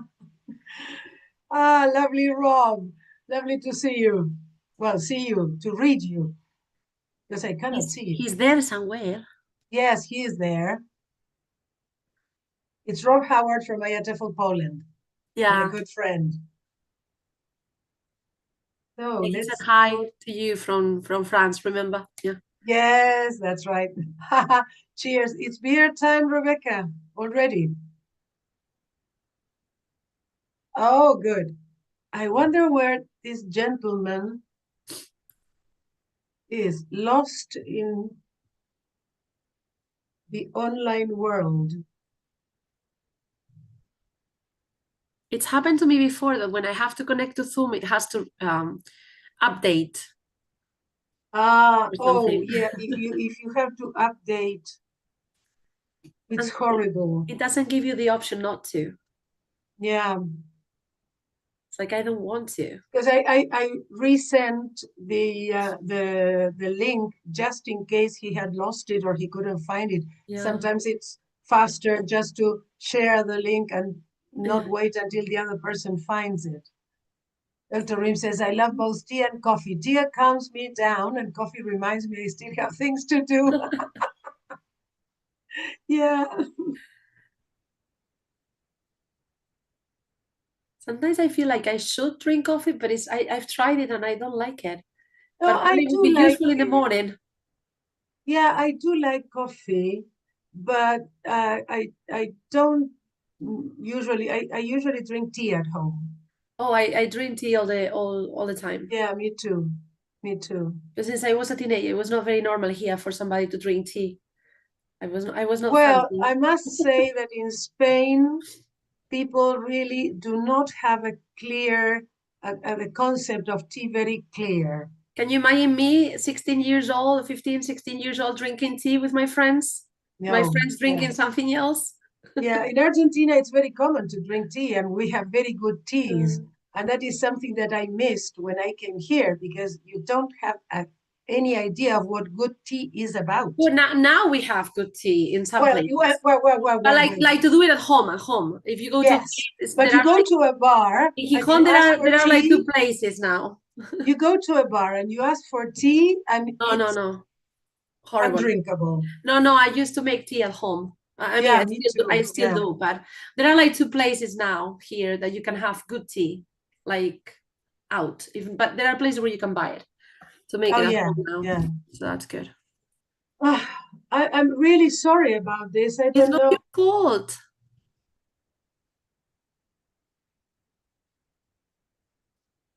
He may still be trying to log in, but I have sent the link. Hello. Oh, there you are. Can you hear me? Oh, yes, yes. Thank you, thank you. I was really worried. I was really worried. Yeah, I was flying from the north to the south of Morocco, and just 2 hours ago I arrived.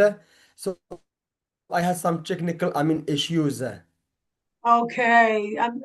Well, fortunately, you're here. So if you let me introduce you, I don't know if I am saying your name correctly. Probably not. Yes. So, Dr. Caceres Luzin, is that so? No. 90%. Oh, good. So, by the way, there is something funny about Morocco and Spain. Many people tell me, "Are you from Spain?" Because my name is in Arabic is Caceres, but in English is Casillas. Caceres, Casillas, like a Spanish name. Okay. Like the Spanish goalkeeper. Yeah, Casillas from Real Madrid. Yes, Yeah, that's right. That's yeah, the right. ex-goalkeeper. Yeah. Well, Great. welcome to the online conference, to TESOL-SPAIN's online Thank conference. you. Thank you. Dr. Casillas is Yes. holds an MBA from Cardiff University, MED from Rabat University. He's a PhD in linguistics, specializing in teacher education, and the founder of the American TESOL Academy in Morocco. And he's the president of TESOL Morocco Association. So the floor is yours, Dr. Casillas. Yeah, thank you, and thanks so much for the invitation. Thank you, Cheso Spain, for gathering other Cheso communities. And it's my great pleasure to share with you my presentation. It's about how to deal with troublemakers. It's about discipline problems, okay? Good. In this presentation, I'm going to cover number one, an introduction. I'm going to share with you my previous studies about classroom management, some practical tips that teachers can use, when dealing with the problems in class, especially with difficult learners. And the most important about my presentation is the framework. And this framework consists of 4 stages. Number one, prevention, early intervention, corrective action, reflection, and at the end, I'm going to end up with a summary. Great. So I'm gonna start with this. This icebreaker. It's an example, okay? It's about me. Two true stories about me and one classroom challenge. So, can you guess? What do you think? What are the two true stories about me? Is it number one, number two, or number three? What do you think? I once blamed a student. I once slapped a student. I once dismissed all students due to discipline problems. So there are two true stories about me. What is a challenge and what are the two true ones? What do you think? You can write in the chat box if you would like. Okay, so two and three, two, two, two. Okay, so let me share with you. Let me share with you the lie. Okay, or a lie. Okay, it's this one. Sorry, let me go back. Let me go back. Perfect. Okay. Um, I once blamed a student. That's true. Yes, I did, and I'm sorry to say it. Okay. Number three, I once dismissed all students due to discipline problems. That's a true story, but this happened during my first and second year of teaching. It means at that time I was a beginner teacher, a novice teacher, aspiring teacher, no good experience. But hopefully, after 20 years of teaching, I never slapped a learner, and I feel proud of myself. I never ever slapped a learner. Okay, great. Um, Now I'm going to share with you this one. We are going to do it together quickly. Think of one, student who gave you the hardest time in class. What did they do? Can you share with me quickly in the chat box? What do you think the hardest, the most difficult task a learner gave you? I'm talking here about troublemakers. Joking with no reason, talking a lot, lack of respect. So can you share with us some of the hardest times you had with a troublemaker in class? told bad words. Oh my gosh, the same in Morocco. We have this situation. Physical, yeah, sometimes being a clown. Yeah, that's very common in classes. Being a clown, okay? Locked of the classroom. Oh my gosh, yeah, you are right. A student hitting another student. Yes, I agree. So all what you have mentioned are similar to the Moroccan context. We have these kind of misbehavior in class. Okay, great. The next slide. I'm going to share with you my research that I gave when I was in France. Last year in Nice. I shared with my article. So everything I'm going to share is based on this article and other previous studies, okay? And my research article titled Managing Discipline Problems in ESL, EFA Classrooms, a review of strategies and challenges, okay?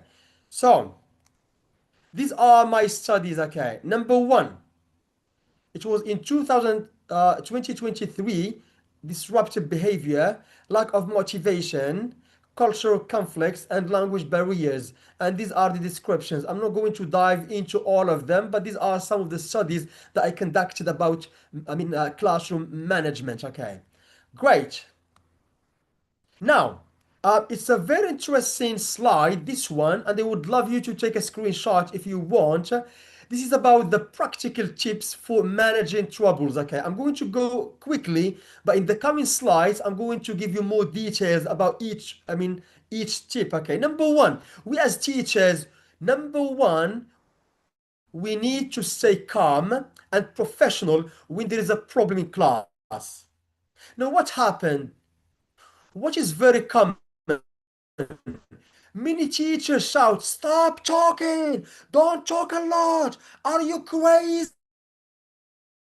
So when you shout this one, when you shout in class, you lose power. So please stay calm and professional. Number two, address behavior and not the student. Don't say, "Muhammad, keep quiet. Saida, you are making noise." So don't address the name of saying, "Muhammad, stop talking." No, don't talk, don't mention the name, but please, when you talk a lot, there is noise, or when there is noise, we cannot pay attention. So here I'm addressing the behavior and not the name of the learner. So please and please, when there is a problem in class, do not mention names, do not address the learner, but address his or her behavior. Number three, set clear expectations early. At the very beginning of the school year, there is the code of conduct, the school agreement, what I should do in class and what I should not do in class, okay? For example, I divide the whiteboard into two parts. I should and I should not. And I give my learners 5 minutes to think about what we should do and what we should not do in class. This is kind of learner empowerment. I'm empowering my learner to come up with their own rules in class, okay? And I invite them to go to the board and to write, teacher, I should come on time. Great, so coming on time. Teacher, I should pay attention. Brilliant. Teacher, I should not use my phone. Great, I should not come late. So these things are coming from the learner's mouth. And this is what we call the learner empowerment. We need to empower the learner. What is interesting about number three, once they write on the board what they should and what they should not do in my class, I give them 2 markers or 3 markers and invite them to go to the board again and to sign. They find it very funny. Why, teacher, do we have to, sign? And they find it funny. They start signing because these are the rules then.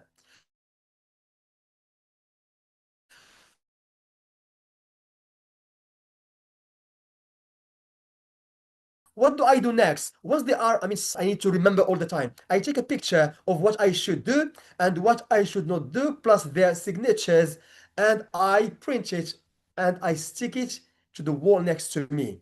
Whenever my learners get into the class, they see the rules, what I should not do, plus their signatures, okay? And this gives value to the learner, okay? Number four, use proximity and non-verbal signals, okay? Proximity here stands for when a learner, makes him, but don't stare at him, okay? Just be near, okay, sorry. And this will help to help him stop talking or stop doing that bad behavior. And number five, redirect rather than confront. Don't say, Muhammad, stop talking. No, but say, Muhammad, please, can you help me and clean the border? Muhammad, please, can you help me distribute these papers? Muhammad, can you help me please and organize these chairs? So here, I'm not confronting Muhammad or Layla or Saida or Jamal or Maria, but I'm redirecting, okay? I'm giving him another task, like cleaning the board, distributing handouts, etc., okay? Number six, catch them being good. Once they do something good, praise them. Brilliant, Muhammad. Brilliant, Miriam. You have done a great job. I'm proud of you today. You are the star. There is improvement in your behavior. Great job, okay? So whenever you see something good, quickly praise them, okay? Number seven, offer choices, not orders. I would like you now to work in groups, okay? In groups. And one of the learners may say, no, teacher, I don't want to work in groups. I would like to work alone. So in this situation, at the very beginning, no problem. Offer choices and don't order. No, I would like you to work in groups. Okay, no, offer choices. Look, Muhammad, Layla, Maria, look, now it's okay to work alone, but please, next time when I say in groups, you need to work in groups. Do you remember the code of conduct, what I should do and what I should not do? So we should work in groups, okay? And you signed that agreement, okay? Number eight, private conversations over public confrontations. When there's a problem in class, please do not address the problem in public. If the problem is getting bigger and bigger, try to address in private. At the end of the session, you can talk to the learner in private, okay? And this will diminish, okay? The learner will listen to you. But if you address that problem in public, this is kind of embarrassing the learner. And the learner may revolt, may scream, may challenge you. Why? Because they are teenagers, they are young learners. They do not want to lose face in class. And number nine, sometimes the problems happen because of the teacher. So you need to understand the root cause. Maybe because of the lesson is boring. Maybe there is no variety of activities. Maybe the teacher's style is very traditional. Maybe the teacher does not use ICT, no technology, no phone, no smartphone, computer, no data show, nothing. Okay, just the whiteboard and the marker. Okay. So sometimes we are the reasons behind discipline problems. And number 10, stay consistent but flexible. These are, 10 practical tips, but I'm going to elaborate, okay, in the coming slides, okay. So look here, that's the core, the heart of my presentation. The framework consists of 4 steps. Step number 1, prevention. It means that before the problem happens, what should we do? Number 2, early intervention. That means when the problem just happened, when the problem is still small, when the problem is not, big to harm the learning atmosphere, okay? So we go for early intervention. Number 3, corrective action here stands for when the problem grows, when the problem becomes an issue, when the teacher cannot solve it alone. So we need corrective action. And number 4, reflection. We need to reflect at the end, okay? When we go home, what was the real problem, the real causes, the effects, why, how, etc. Okay. And as John Dewey said, we do not learn from experience, but we learn from reflecting on the experience itself. So in every lesson, we need to reflect what was good, what was wrong, how can we improve it, etc. Okay. So now I'm going to elaborate. Number one, prevention. What should we do when at the very beginning of the school year, the first time with our learners, before the problem happens, okay? So look here. Prevention means before misbehavior happens. And the goal here, reduce the chances of trouble by creating the right environment. Remember, I talked about setting clear rules there. We call it, classroom agreement, the code of conduct, the class values, okay? And here, remember, we divide the board into two parts, what I should and what I should not do. So the first contact, the first meeting, you need to start with clear rules, okay, and expectations. Number two, build rapport. How can you build a good relationship between you and the learner? If the learner loves you, he will love the school, the subject, which is English. So that's why we need to start with building relationships, okay? And here how? By learning students' names. Please, as a teacher, you are not supposed to learn all the names, but the majority. You can learn the names of hardworking learners easily. You can learn the names of the troublemakers easily. But the introvert, the shy learners, it's difficult. So you need to learn about them, okay? And if you say you answer number one, you answer exercise number two, you answer exercise number three. Why you say you, and you?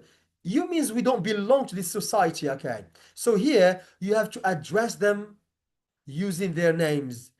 Maryam, answer question number one. Oh my God, the teacher knows my name. I'm excited. Okay, so the learner feels so excited and proud of himself when the teacher utters his name. Okay, and building rapport by showing respect.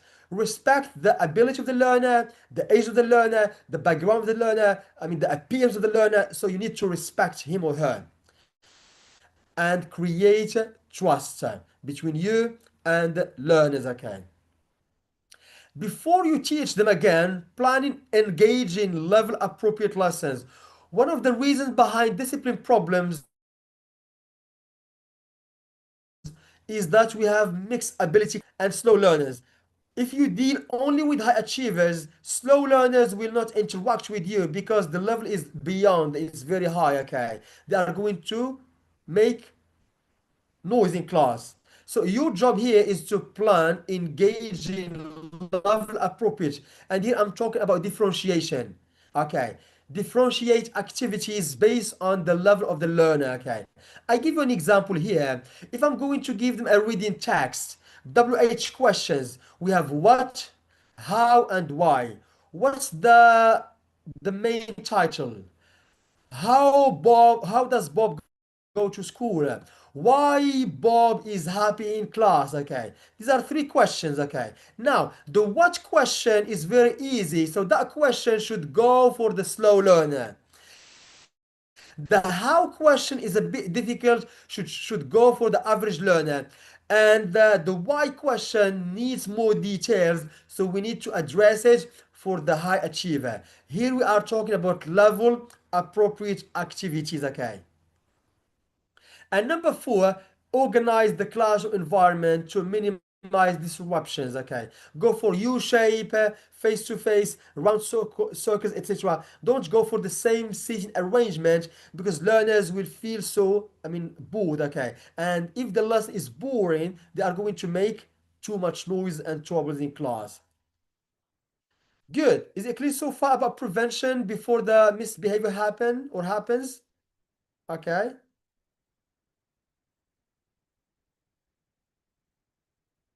All right, that's great. So let me move on to the next slide. Okay. Good. I'm showing you this picture.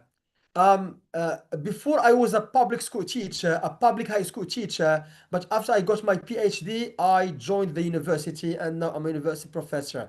I'm showing you my class. It's a public school and it was in 2011. At that time, I was a public school teacher and I would like you to suggest, what do you think? What does the picture suggest to improve behavior, good behavior in class?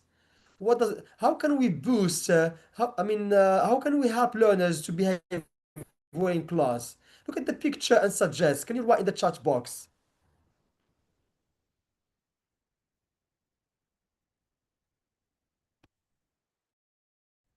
So what do you think?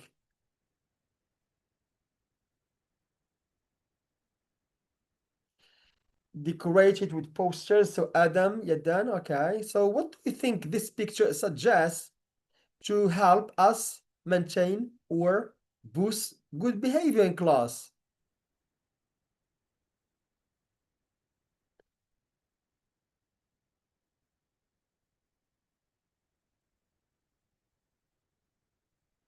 All right.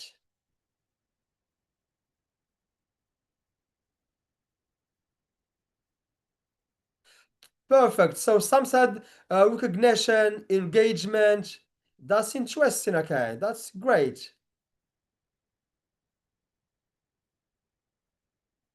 Wonderful. So let me share with you this story.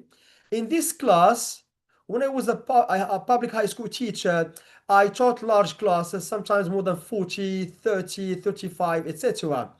And we taught mixed ability classes, and the majority were slow learners.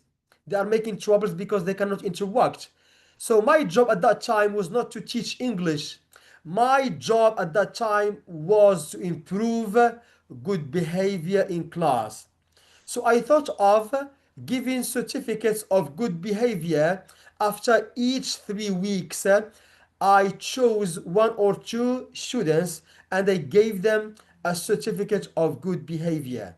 And I invited the principal or the headmaster to come and to give the certificate, and this gave more value. Okay, and this helped me a lot to minimize noise in class and problems in class. Okay, you cannot imagine that they were very disruptive, talkative, behaving badly, but once I started with this technique of giving certificates of good behavior, learners were waiting. Teacher, do you think that next week I'm going to get the certificate?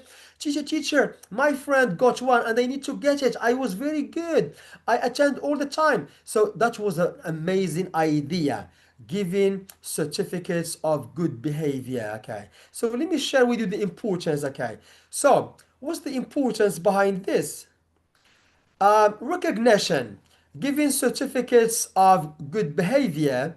Number one, it improves behavior by my experience. Teacher, I worked a lot. I attend all the time. I did my homework. I participated. I was very nice in class. So it improved behavior.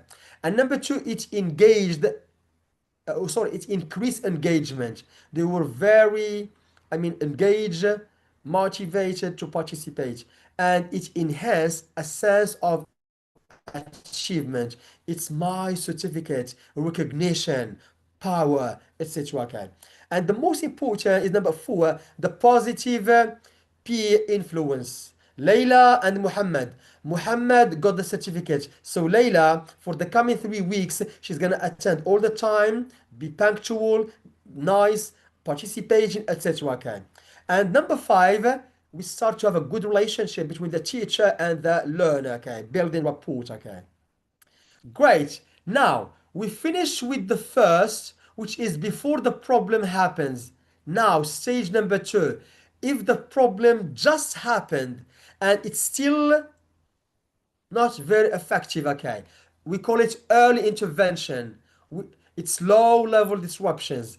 The goal here to address problems while they are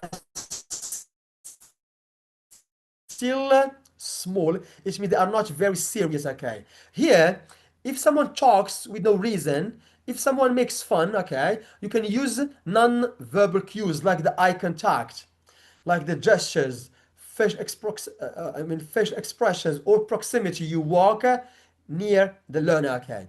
Redirect behavior. Don't say, Muhammad, why are you making fun? But you can say, Muhammad, can you help me? Muhammad, can you clean the board? Muhammad, can you please distribute the handouts? Muhammad, can you please go to the administration and bring me the documents? Okay. So redirect behavior and don't say the name. Okay. Praise positive behavior immediately. Good job, brilliant, proud of you, you are the star. Okay, whenever you see something good about that learner, yes, immediately praise him. Okay. And number 4, use calm humor to diffuse tension. Sometimes we can have fun together. Okay, we can have fun together. Okay, great. Now, I'm gonna skip this, activity. Basically, it's for workshops. I'm gonna move now to number 3. Now, if the problem changes from being a small one to a big one, we call it an issue. An issue, it means a problem that we cannot solve. It's difficult, okay? Here the goal is to stop misbehavior without breaking relations or relationships, okay? Here you address the behavior and not the learner. Don't say, Maria, why are you all the time talking a lot? So don't say Maria, but address the problem, okay? For example, you can say, talking while others are working is disruptive. Talking while others are working, it's not good in class. Talking while others working is a kind of, it's a kind of lack of respect. But don't say the name, okay, again. Number 2, offer controlled choices and consequences calmly. Be calm and give them different choices, okay. Number 3, apply rules consistently to all students. Tell them in the past about the code of conduct, okay. And of course, avoid power struggles or public confrontations.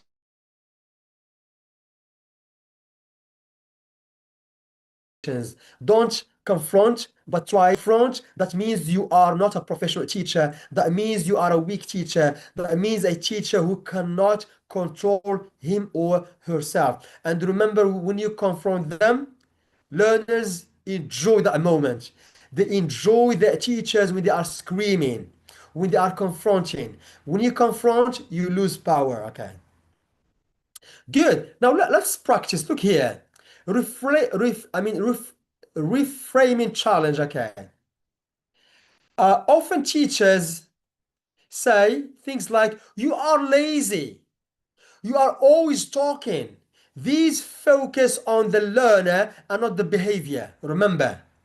So your job now, I would like you to practice. Okay. Your job is to reframe it into a behavior focus one. For example, you are lazy. Don't say you are lazy in class. For example, reframe it. Not finishing your work on time slows your progress, and the learner will accept the second phrase and not the first phrase. Now, can we do it in the chat box? You are rude. Just number 1. You are rude. You are lazy. Can you reframe it? What can you say to the learner instead of saying you are rude? Sorry, Dr. Casillas. Yes. You have 5 minutes left. Yeah, I'm very punctual. No worries. Thank Okay, you. thank you. Yeah. Good. So 1 minute. What can you say in the chat box, for example? Like, you are rude. Be nice. Okay. So what can you say? Could you be more polite? Polite. Thank you. Adriana, let's be nice, everyone. Great. I like it also. Rebecca, be nice. That's great.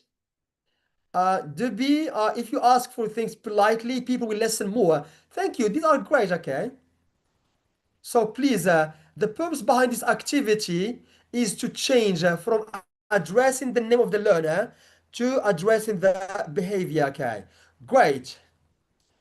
The next slide. The next slide is this one. Okay. Basically, we need to give feedback to learners. Okay. 1 second.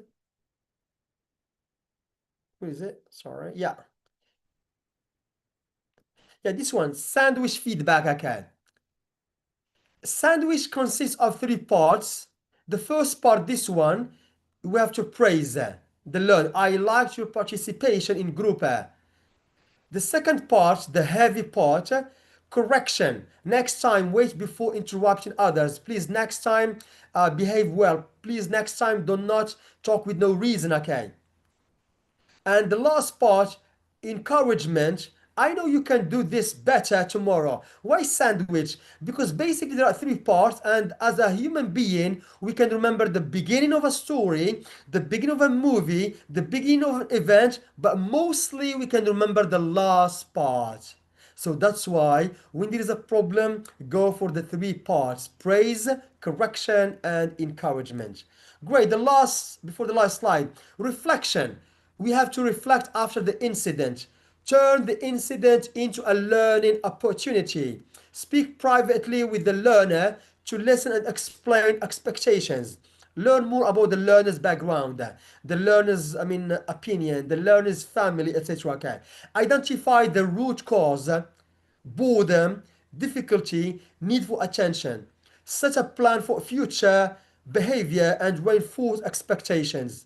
And the last one, rebuild the learner-teacher relationship through positive interaction. So reflect every single lesson about about what we have done in class, okay? Good. As a conclusion, these are the key principles across all stages. Number one, stay calm, professional and consistent. Focus on growth, not punishment. Treat misbehavior and as communication, understand before reacting. Build relationships alongside discipline, okay? And this is for homework for you at home. I'm just kidding. Okay, so which stage do you think is your strongest? Is it prevention, early intervention, corrective, action, reflection? We can do it next time when we meet somewhere or online in another conference, okay? Thank you, and these are the references I worked on. Thanks a lot, and thanks TESOL-SPAIN for the invitation. Thank you. Thank you very much, Dr. Casillas. I think this presentation must have been very useful to a lot of people because behavior is one of the problems that we have, I think, across contexts everywhere. So thank you very, very much. So this is it for the day. Thank you very much for staying up to the end. And well, tomorrow we are getting together again for more. We are starting at 8:15 Central European Time. Hey, Karen, there we are. Gerard, our Vice President, our Speakers Officer, they are all together. Our President, they are together in Seville. Preparing the timetable for our conference in Seville next year. Lovely to see you all. Tomorrow we are starting at 8:15 Central European Time. You can follow us on our social media. Adriana will be posting things, I'm sure. She's been working a lot today. So over there, Karen, Gerard, if you would like to say a few words to close the day. Phone? Okay. There we are. There you are. It's been a fantastic day, I can see. And it looks like everybody's been really on focus with their talks and everything. I didn't watch all of them because I was in and out because of the connection, but it seems as though it went very well. Congratulations, Annie, and the whole team. Thank And all you. the Thank speakers you. as And, well. and this is thanks to all the team that have helped me. Ryan, our tech genius, who is always there to help. our monitors, the associations who have kindly agreed to be part of this, the speakers, the monitors from the associations. So it's bridging, bridging the world with associations, collaboration all around. And well, hope to see you tomorrow again. Yeah, we have a long day tomorrow. Yes. Get some rest. Well done, Yeah. Annie and team and everybody. And I would like to extend the invitation to Seville. If you can come, great. Either in person or online. March the 13th to the 15th. Hope to see some of you there. Bye. So till tomorrow, everyone. See you Bye. tomorrow morning, tomorrow afternoon, tomorrow evening, tomorrow at some time. Yes, Your time. during the day. Have a lovely rest of the day, everyone, and bye for now. Bye. Bye.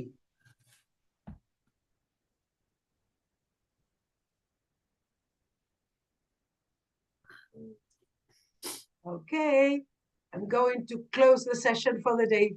Bye-bye. Thank you so much. See you tomorrow. See you tomorrow. Bye.